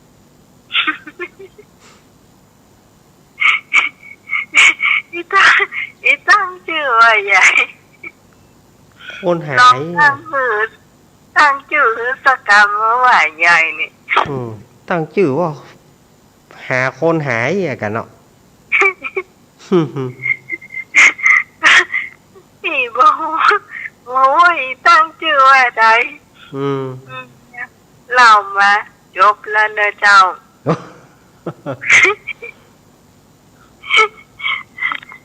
มันจะอดให้หัวมาได้เยอะนี่ เจ้าจบแล้วเนอะแม่ของแรงเจ้าสวัสดีเจ้าขอบคุณเจ้าอ้าวละศรัทธาญาติโยมเหยพี่พิสมัยเพิ่งก็ได้เล่ามาเนาะไปซ่อหาคนหายเอาปลามาหมอนั่งกับไปเหมือนกันไปซ่อหาตัวเก่า เปิ่นกับไปซ่อหาถ้าบอกจื้อนี่กับไทยหน้าแกเนาะพอจื้อมาก็เฮ้ยขึ้นมาเนาะโหอันยังได้เนี่ยไปนี่หรือว่าจื้อมานั่นนะเปิ่นไปซ่อมันก็ไปซ่อเธอเปิ่นเอาคือมาได้อย่างอี้กันเนาะ เอาละศรัทธาญาติโยมอาตมาลวดเปิดสายเนอะโต๊ะขัวก็แอบน้ำมาเนอะ089-214-0135เจริญปอนครับกราบนมัสการครับโอ้คำไอ้นี่มาหม้อแต่ครับผมขอโมทนากับพี่พิสมัยด้วยนะครับเนื้อที่ก็จะได้ตันพระป่าวันที่15เนี่ยนะครับ15 มกราคมขอโมทนาด้วยนะครับครับผมฝากด้วยโยมมาได้ครับเจียงหายวันนั้นต่อครับครับผม เข้าผมไม่หนักเป็นกำลังใจให้แกนตาของพระเอาด้วยนะครับเป็นแกนเป็นแกนแบบเป็นนั้นไอ้ยาก็กำลังใจเนาะครับตามนมัสการครับขอบคุณขอบคุณคำอ้ายเนอะคำอ้ายป้อหมออ้ายเนอะ0892140135เจริญปอนไม่ตามญ จ้าลุงเน้น แม่แก้วอวดร่าง เจ้า แม่แก้วมาแล้ว โอ้แม่ที่สมัยวันนั้นเราเจียมอนดิเนาะ อ่า เจ้า แม่แก้วหนาวก็อันไอ้ก็วางเหนือหนาวเนาะ เดี๋ยวพ่อมอมสองกันนะ โอ้เริ่มหนาวแล้วเนาะ แม่ในสิน้ำเนี่ย อ้าวยินดีไม่ จับเขียนไว้เนาะ นากาอากาศเย็นบวยนะ เจ้าปีนี้อากาศเน้นไว้ กำลังใจเน้นนะ แม่แก้วจะไปต้องโป่งก็ ไอ้ตรงบงต้องโป่งบ้านอันท่านอาจารย์มหาสมชาติเนาะ ไปจ้า ไปกะไปปลากระปุ้นนะ เป็นนะจะเอาสมมติการไปแต่ว่าแม่กับไปจ้า นากา เอาเงินมา เออ อันที่เม็ดนะจ๊ะตาไปกับพี่กับปล่อย GPS นั่นเนาะ ไปต้นเที่ยงไป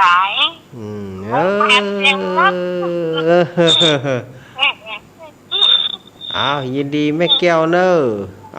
อนุโมทนาแม่แก้วเนอครับ แม่แก้วอวดร่างคุณเด้อวังเหนือวันนั้นได้ปะกันละ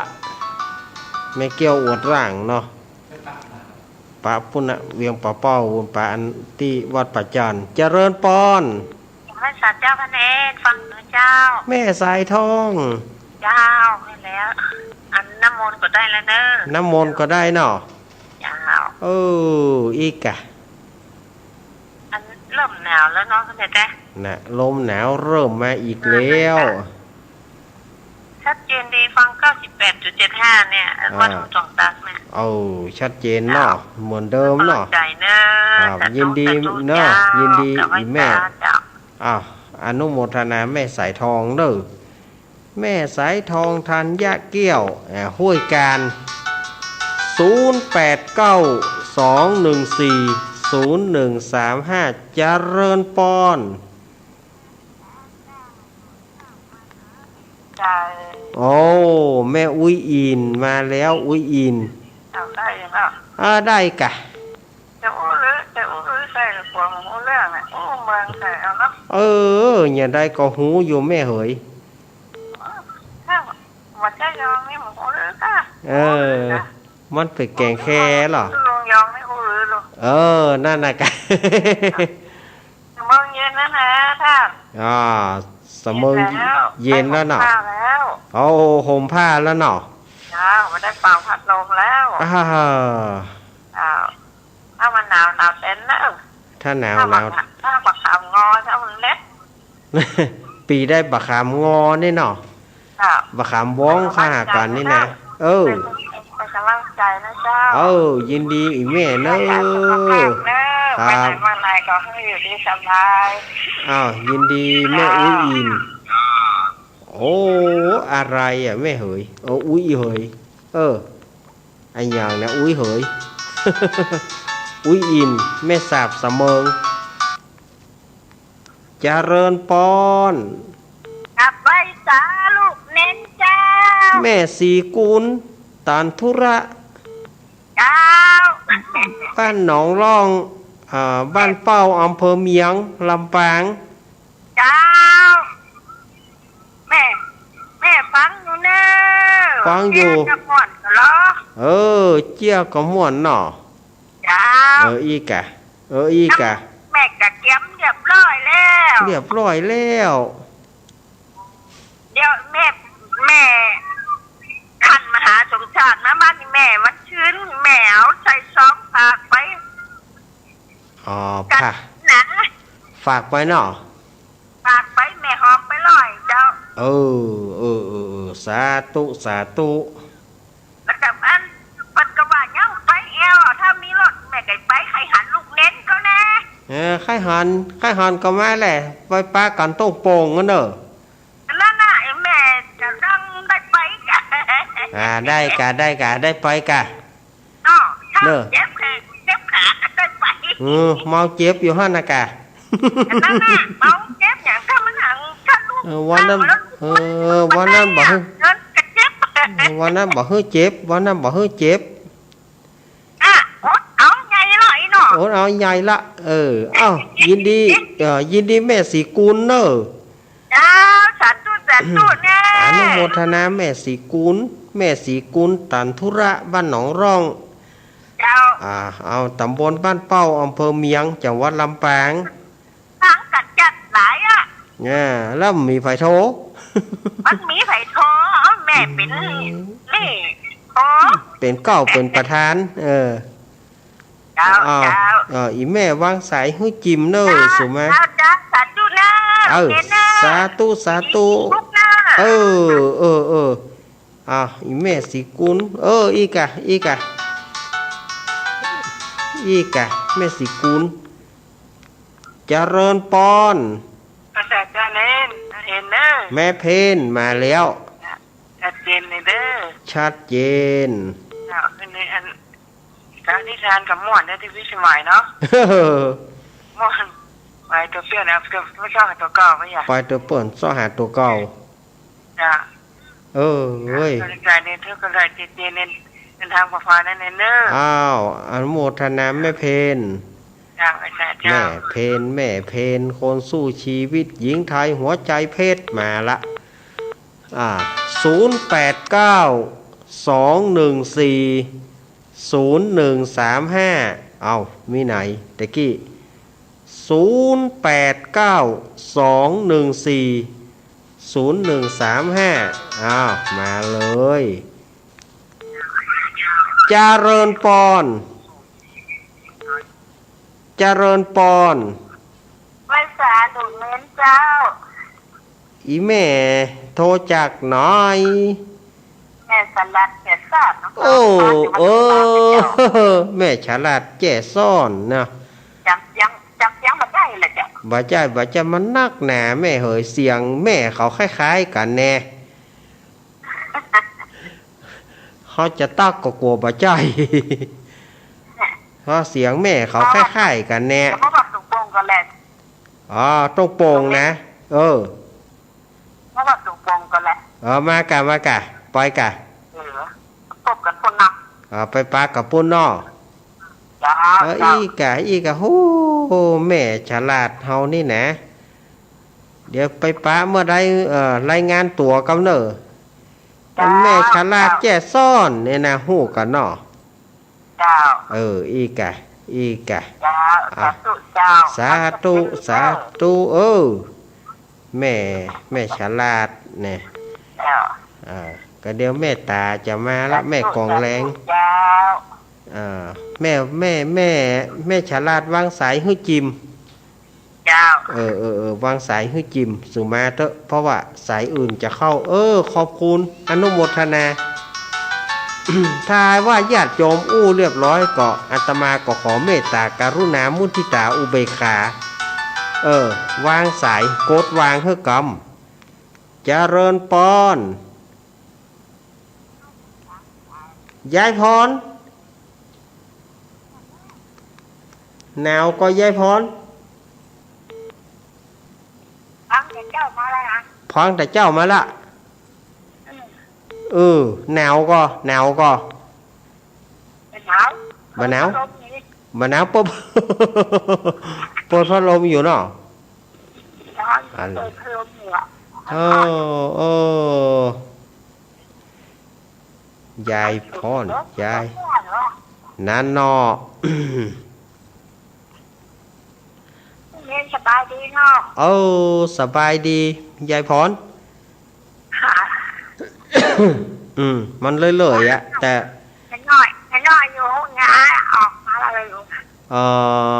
แม่น้อยออกมาแล้วเนาะแม่น้อยบุญยวงออกมาแล้ว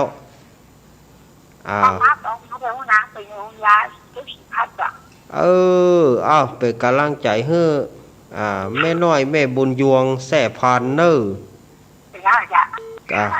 กำลังใจให้เปิ้นโดยกำลังใจยายพรด้วยเนอร์ ยินดีเนอะยายพรเจ้าราชการเจ้าเอง ยายพรบ่นชอบร้องเพลงเหรอยายพรน่ะชาใครว่าขโมยควายไป ร้องเพลงควายหายได้ม่วนนะยายพรน่ะไอ้อย่างก็คอมเมนต์ไล่ควายน่ะหุยเจริญปอนจากตั้งได้ อยากควงเปาเจ้าจำจอง ควงเปาแม่ยาง ไม่น่าอ่อน ฮะ ไม่น่าอ่อน แม่ล่าอ่อนนี่เนาะ เจ้า เออ ใหญ่เล็กเนอะ กำลังใจเนาะ เจ้า โอ้เมินแล้วนะบ่ได้เข้าไปทางนั้น มาควงเปาเนี่ย เมื่อก่อนก็ อันนี้วันที่แซวแล้วก็จะมีกระถิ่นนะเนาะวัดศรัทธาของตุลุงตื้อเนาะ เจ้า ประเดี๋ยวบัดเจ้าหังทุลุงชื่อแล้วล่ะตุลุงตื้อเปิ้นเสียไปแล้ว เจ้า เปิ้นมรณภาพไปละ มีตู้หลวงไม้ ตู้หลวงแห่งใหม่ แบ่งศาลานะก็จะสร้างศาลาทำหลังกำลังจะก่อแหกอันนี้ก็ลานก็มีปุ้นโหลลานก็ทำงานเป็นยามอยู่โรงพยาบาลจำตองนิวอดอยู่ไหนฮะอยู่คงเป้าฮะกะแต่ว่าไปเป็นรปภที่โรงพยาบาลจำตองอยู่นิวัดชื่อนิวอดนะถามต่อเอาเมียหน่อยฮะเอาเมียแว่นหน่อยคงเป้าฮะกะเมียมันชื่อจินตนาแม่นวะแม่เนาะอยากกับเป็นหลานยายแม่น่ากะนิวอดน่ะเป็นหลานเฮาหรอกอ้วนๆน่ะอ้วนๆนั่นน่ะแต่ลูกบ่ได้หลานนะเหรอไผเบียร์ก็ว่าบอลเบียร์ก็ว่าบอลเบียร์ก็เบียร์ได้ลูกไรใหญ่ลูกยินดีอีแม่เนอะกำลังใจเนอะยินดีเนอะแม่เนอะเจ้าไว้เจ้าสาธุอีกกะตั้งเฮาสายเฮานี่ไฮเซฟการสายเปิ้นแม่วางสายฮึกแม่วางสายฮึกกำกดวางฮึกกำขอบคุณ0892140113โอ้ได้อย่างมาเนอะเจริญปอนแม่สีทอนเปรมจิต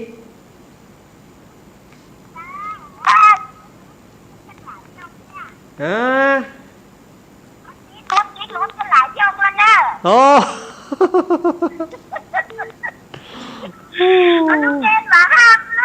บ่ใจบ่ฮับนะแม่ฮับนะมันบ่ตานจ้าวันนี้ก็ได้น้ำมนต์เรียบร้อยแล้วนะลูกเอ๋ยน้ำมนต์เรียบร้อยเนาะจ้าชัดเจนดีเนอะหนาวแล้วเนาะหนาวแล้วเจ้าได้2-3เจ้านะมีหมอกมีเหมยลงตัวว่าหนาวกว่าลูกเอ๋ยหมอกเย็นเนี่ยจะว่าหนาวก็บ่ใจนะหมอกเย็นเนี่ยมันหนาวแล้วเดี๋ยวเนี่ยใช้ประการตอนนี้มันที่หนาวนะมันหนาวก่อนนะเจ้า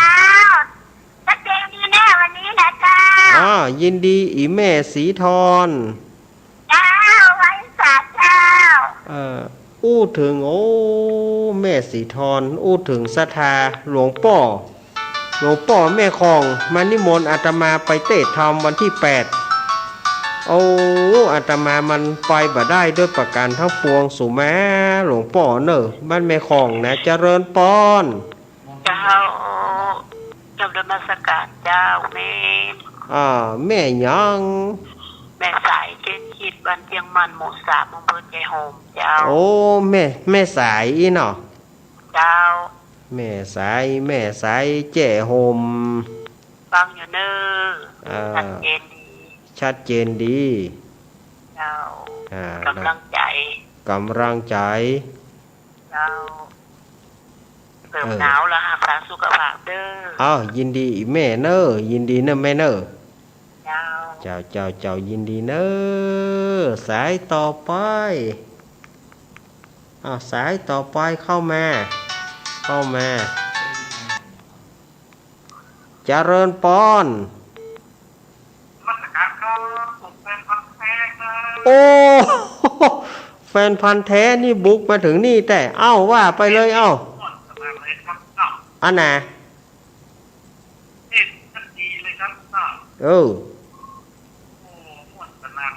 ม่วนขนาด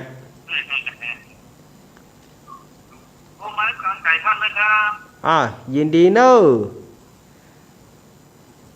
ยินดีเนอพี่ไอแฟนพันธุ์แท้นี่นะ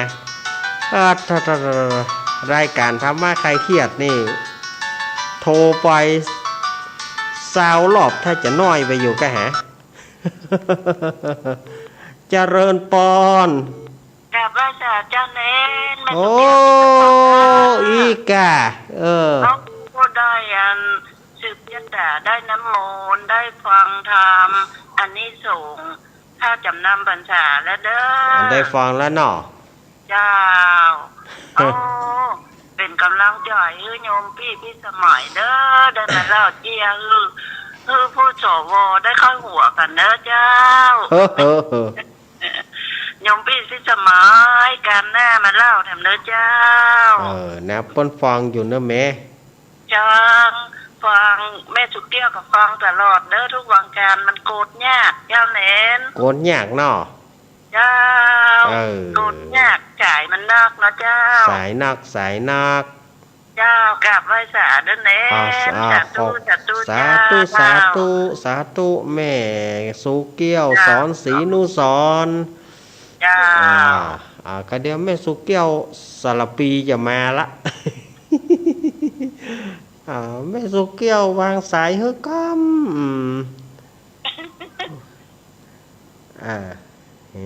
อีแม่เฮ้ยอีแม่บอกวางสายถ้าสายอื่นมาเข้ามาบ่ได้เนี่ยเจริญปอนเจ้าไปสาเจ้าสักกุเจ้าจากตั้งได้ตะบนตะก้อเจ้าบ้านหนุ่มบ่อท้องเจ้าแม่สวยเจ้าแม่สวยเจ้าแม่ลาอนุสาเจ้ากันพังอันกับโทรศัพท์ตั้งแต่2 ทุ่มแล้วเจ้าติดเดียวเนี่ยติดแบบเดียวนี่ท่านพระโหเจ้าอีแม่ชื่อแม่ยังแม่ลาอนุสาเจ้าแม่ลาอนุสาเจ้าอันนี้ยมใหม่เนี่ยเจ้าน่ากะบอกเคยได้ยินเนาะเจ้าเจ็บพังตลอดอ่ะเจ้าพังอยู่เจ้าพังตั้งแต่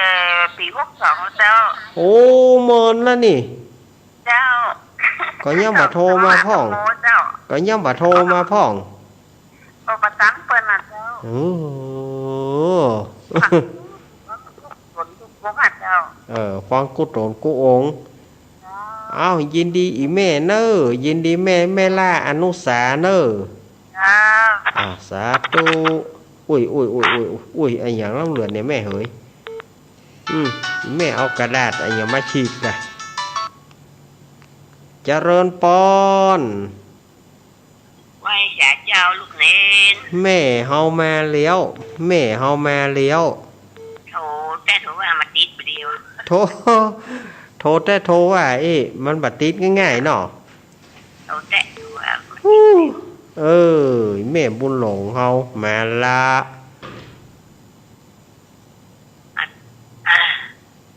ใหญ่มันพี่จะหมายอันนี้เราหมดแด้น่ะแล้วเจียหมดแด้หมดแล้วเราเจียเนาะแล้วแค่หัวคนเดียวป่นปล่อยมากับปล่อยป่นไปซ่อหามากับไปซ่อหาบ่ฮู้ซ่อหาไผเนาะเดี๋ยวป่นซ่อหาตัวเก่าเข้าท่าดีแต่แม่แต่เห็นว่าเธอบ่หมดเด้อ อ้อนักแกนะแม่เหย ฝนตกมันหนาวฝนมันตกนี่ก็หนาวแล้วเดือนนี้ หนาวแล้วเนาะตั้งลีก็หนาวแล้วเนาะ หนาวแล้ว เอออ่ะยินดีอีแม่เนอ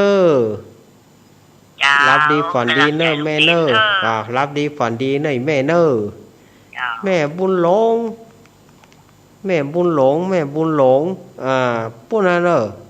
ไอ้ก็บ้านบวกอำเภอลี0892140135เจริญปอน น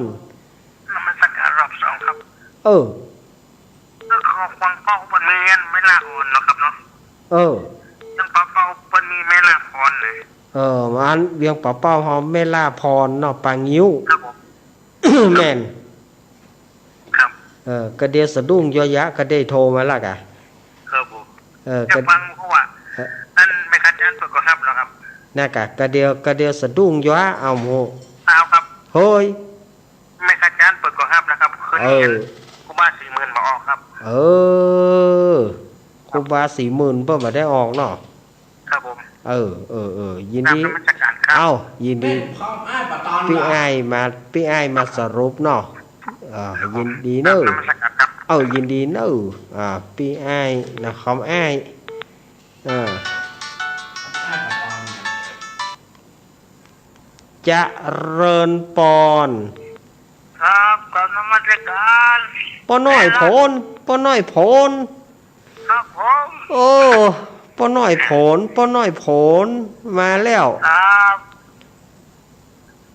อัน ต้ ตึ อง ง เย็นนิดเลยครับเด้อ ชัดเจนเนาะ ครับ โอ้ผู้สูงวัยลำปางนี่นะตึงเขาตึงเจือนักแกละผู้สูงวัยตั้งหลายนี่นะลำปางเนี่ยโทรติดโอ้อีป่อฟังเปิดวิทยุแน่ฟังเปิดอย่างเตือนี่ มาว่าเล่นกันไปพ่องอย่าไปพ่องเลือสถายญาติโยมเจริญปอน ไปสาเจ้าลุงเล่น แม่กองแรง เสียงทั้งเสร็จทั้งสัตว์ เดี๋ยวฟังเสร็จอีก หมดเนี่ยเนาะหมดเนี่ยยกที่สมัยเด้อเป็นกำลังใจวันเด้อบางคนมาเหล่าตลอดเด้อ เปิ้นตึงมาถ้าว่าเปิ้นบัดติดอย่างเปิ้นตึงมาดู หลักไข่หัวเจ้ามะ เป็นกำลังใจวันเด้อ แม่เอิ้นไปเลย เจ้าเด็กหัวมือพ่อแปบอ่ะ ฮะ เด็กตั้งแต่สายแหลกมา ได้มาวัดถูกโป่งเนาะ ต้องโป่งเนาะ ปักกันเนาะ ไปปากันเนอะวัน เดี๋ยวยังถูกก็ว่า วันที่1นะต้องโป่ง ไปสาเจ้าสาธุเจ้า ชาตุ กำลังใจเด้อ ชาตุแม่กองแรง บ้านไข่หัวคนหลงตั้งเนาะคนหลงสะอาดตัวเก่าอย่าง สหาตัวเก่าเฮียก็เปิ้นเอิ้นเอายินดีแม่กองแรงเด้อ เจ้าสาธุเจ้าสาธุ แม่ฟองหายไปไหนแม่ฟองละอแม่ฟองหายไปไหนแม่จันฟองละอหายไปเนอะบ้านปางก็หายเนอะแม่อย่าก็แม่แสงทองรุ่งแจ้งแสงทองส่องฟ้าน่ะเจริญปอนอันนี้แม่โบเขียว แม่สีพานเจ้า แม่สีพรแม่สีพานหมู่9ป่าแม่แดงคลองบุญเจ้า สุมาเตอเนี่ยเขาว่าละ แม่น้อยใจละเนอะ ไปน้อยใจยังฮะหมอ น้อยใจตัวประจำมีแม่น่าจะไปตักเป็นแม่บัวเขียวอย่างที่ไหนก็บอกว่าแม่เป็นเจ้าหูจักเพิ่น ขอโทษแม่ขอเลี้ยงถามลุงเน้นได้เหรอ ฮะ วันนั้นลุงเน้นไปเรา ลำมนทา เรา ไปอยู่วันข้าม แล้วเจอกับอันพระอาหารก็ เจอ จะได้รับของไปหรือยัง ปะแล้วได้แล้ว เรียบร้อยหมดแล้วเนาะ ได้แล้ว แจ้งแก่นยาคือเป็นพระล้านนะของพระมหาเอ็นดูเปิ้ลฮับของไผ่จอของไผ่บูกันเดียวสายคนนั้นขอโอนนั่นเฮ้ยแม่กำขอโอนบ้านเฮ้ยแม่กำแม่เอ็นดูเปิ้ลยังเปิ้ลห้าพระล้านนะ ได้กะได้แล้วเนอะได้แล้วเนอะแม่สีพรเนอะ เราอันถ้าจะจำแม่ง่ายๆบอกว่าแม่น้องหมาเข้าฟางอีกอย่างพระมหาเปิ้ลท้องแม่อย่างเงี้ย เฮ้อ ถ้ามาหาเปิ้ลท้องแม่อย่างเงี้ยแม่คือเปิ้ลท้องแม่อย่างเงี้ยถ้าสายแม่เข้าเปิ้ลว่าอ๋อแม่น้องหมาเข้าฟางครั้งแรกแม่ขึ้นไปดูบนดอยนางแก้วแม่ไปตานแม่กะอันเนี้ยตานให้น้องหมาเข้าฟางน้องหมาคือบุญช่วยตาบานยายคำออนลุงสกุลเนี่ยแม่ก็ขึ้นไปตานก่อนเข้าพรรษานะแม่ก็ไปตานฮันโมคือไปตานแม่ว่าขึ้นมาที่สูงกับตานที่สูงเนี่ยก็จะได้ไปที่สูงเนี่ย อ้าวยินดีแม่เนอะยินดีเนอะแม่เนอะ เจ้าเป็นกำลังใจแม่ก็ดีใจตัวที่ว่าพ้นภาระของท่านพระมหาไปละได้ละเรียบร้อยเนอะแม่เนอะ เจ้า ยินดีเนอะแม่สีพรอาตมาก็ว่าเปิ้นเป็นแม่บัวเขียวบ้านเนี่ยก็วังดินเพราะว่าตอนที่เปิ้นอู้ออกมานะมาคล้ายๆก่อนข้าน้อยใจว่าจะไปน้อยใจเนอะแม่เนอะเจริญปอนเจริญปอนเดี๋ยวปิดวิทยุก่อนแม่เหยโยมเหยแฮะเอาอาตมาขออนุญาตเนอะโยมบอกปิดวิทยุมันสื่อสารกันมาได้อ่ะเจริญปอนเจ้าจากตั้งใดเป็นร้อยบ้านอำเภอสองเจ้าอำเภอสองจังหวัดแปร่ปุ่นนะวัดแปร่เจ้าโอ้แม่ยังนาอะไรเดียวพี่เจ้าก็แต่เด้อบัดตันเขา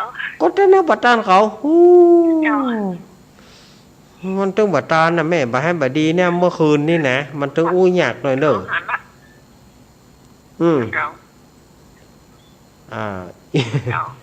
แม่ว่าได้แม่ให้กำลังใจบ่กำลังใจเจ้าแม่ฟังทั้งวันฟังทั้งวันแม่ไปวัดทำวัดมาแม่ก็มาเปิดฟังเปิ้นทำวัดอยู่เนาะให้ยินดีอีแม่เนอะยินดีเนอะมีอยู่ก็เวลาแถมตะไดแหมว่านักละโอ้เวลาแหม14 นาทีอยู่เนอะมา0892140135แม่แสงทองมีไหนแม่แสงทองบ้านปางบ้านปางเจริญปอนป้อหลวงวินสารขี้เล็กป้อหลวงวินป้อวินฟังอยู่เด้อมันบัดตันเทวดาบัดตันเทวดาแต่เทวบุตรนี่น้อยนะเทวดานักนะเทวดาโดยเฉพาะอย่างยิ่งเนอะเทวดาตังลำปางเนอะปั๊บเอาโอ้สุดยอดแต่เก่งแต่เทวดาลำปางนี่นะครับกำลังใจเนอะยินดีป้าหลวงวินเนอะครับอายุมั่นยืนยาวป้าหลวงวินป้าหลวงวินสารขี้เล็กป้าหลวงวินสารขี้เล็กเนอะเวียงป่าเป้า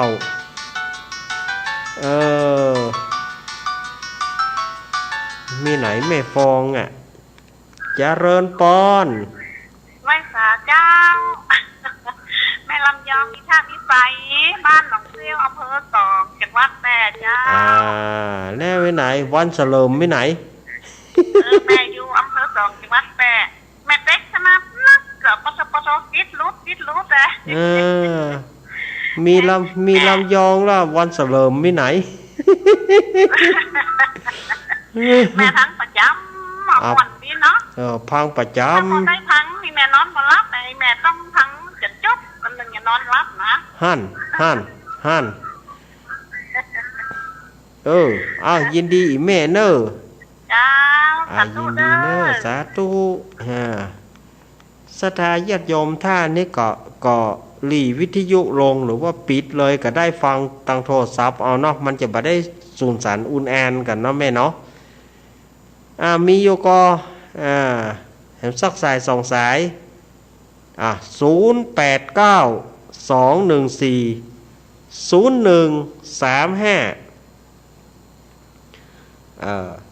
แม่ลาพรเนอะแม่ลาพรปางงิ้วนะท่านมหาวินเปิ้นมาที่วัดอาตมาเนอะท่านมหาวินเปิ้นมาเนอะแม่ลาพรเจริญปอน วัดสกายครับ จากไหน เชียงดาวครับ หลวงตา ใช่แล้วเป็นแล้ว หลวง ฟั ตาง อยู่ หลวงตากรีดหลวงตากรีด รู้สึกว่ามันไม่ค่อยดีวิทยุเป็นของแข็งนะไม่รู้ มันหนาวมั้งหลวงตา มันเย็นแต่เสียงของมันเองนี่ชัดนะครับ ผม แต่ทางวิทยุของแข็ง วิทยุขอแขกเนาะ มันเป็นของสถานีรุ่นเก่าอะที่ว่าพระครูพิวัตรท่านบอกว่าให้ใช้หามันก็รุ่นเก่ารุ่นเนี้ยเสียงของแต่มาเรียนนี่ดังชัดอ่ะแต่วิทยุของแข็งไม่รู้ ครับผม อมตการ นมัสการครับ หลวงตากรีดปางโม่พะเยาเชียงดาวเฮ้ยจะไปอย่างพะเยาบ่เนาะเฮ้ยจะเริญปอน อย่าไปจัดเจ้าลูกนี้ จากทางใดแม่ แม่เลิกไว้บ้านทั้งสามแล้วก็คัด แม่ลำยองก็มาละ แม่ลำยอยก็มาละ คัดลูกเอง เนี่ย หมดก็ได้แล้ว น้ำมนต์ก็ได้เลย น้ำมันก็ได้แล้ว ได้แล้วเนาะ กำลังใจเนาะ เอ้า ยินดีเนอะแม่เนอะวันนี้มาครบละลำยองลำยอยวันนี้ถามว่าชื่อแม่ลำยองถามว่าวันเฉลิมไปไหนบอกติ๊ก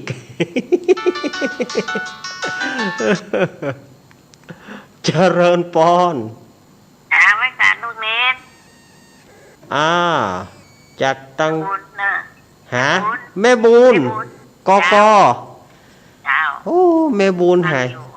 ฟังอยู่เนาะ จ้าฟังอยู่เจ้า หายอยู่เนอะ ก็เติงหายอยู่เนาะ เจ้า เดี๋ยวไปผสมจุ่มนุ่มก่อนป่ะเนาะพระป่าเฮานะ เจ้าปีหน้าก็โน่ ปีหน้าก็เนาะเดี๋ยวมันก็เท่าฟังว่าปีหน้าก็สีเมินน่ะแม่บุญ กำเดียวมันก็ถึงวะ ก็เดียวมันก็ถึงละเออ เจ้าลืมกำเดียวอ่ะ ก็ กำเดียว น่ากะ เจ้า ครับ เจ้าจ้าไว้สาเจ้า ขอบคุณแม่บุญกมาแล้วนะขอบคุณนะแม่บุญเนอะกกาดก้อม อันยาฮักกกาดก้อมอาตมาจังเล่นแม่ปานีหรอมแม่แมวขี้เล็กอันนี้แม่บุญก็กเฮาฮู้กันหรอเป็นรหัสลับหรอ ไหนมดว่าได้กับบัตานน่ะมาแหละการละกะการละบ่ การละบ่ฮะหวีละแฮมนะแฮม3 นาทีห้ามแฮมสักสายถ้ามีนะต่อไม่บุญนี่มีแล้วบ่จะไปลืมเนอะงานบุญกฐินเนาะงานบุญกฐิน300 วัดม่อนฤาษีของเฮานี่วัดใดที่บ่ได้ก็ติดต่อกับ หลวงป่อสุเมธธรรมเสวีเนอะเพื่อจะมีกฐินสามัคคีเนาะแล้วก็วันที่หนึ่งก็วัดตรงโปงเป็นบ้านเกิดของท่านอาจารย์ท่านพระมหาสมชาติชาตะปัญโย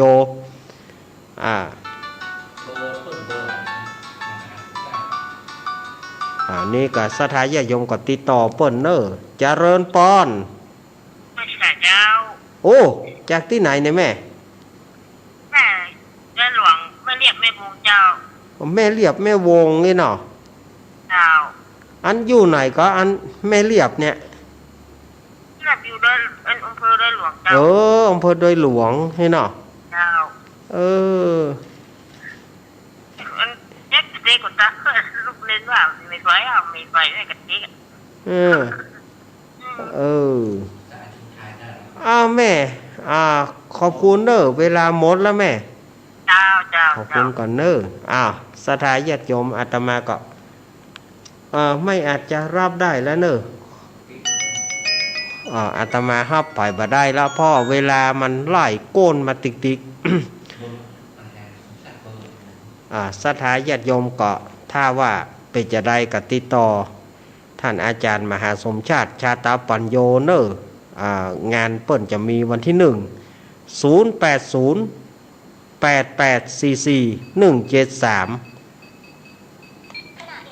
นี่ก็หมดเวลาอาตมาละโวยเห็นนะไปมาก็หมดเวลาเห็นละเนอวันนี้อาตมาภาพปะแลดแปดป่างไปอย่างใดก็ดีขอสุมาอภัยเนอะแล้วก็ยินดีต้อนรับเนอะท่านทิติวัฒน์ทิตาเมธีเนาะเปิ้นหายจากวงการเฮาไปหลายเดือนละเดี๋ยวนี้เปิ้นหวนเปิ้นได้ปิกมาแถมตุปีบีโบแต่เจ้าปกติทำเนาะวันเมื่อเจ้าแต่เจ้านะปกติทำยินดีทุกปีต้อนรับเนอะยินดีต้อนรับเนอะท่านทิติวัฒน์ทิตาเมธีทุกปีบีโบเนาะเอาละอาตมาไปกับเวลาหมดลงเพียงเท่าอี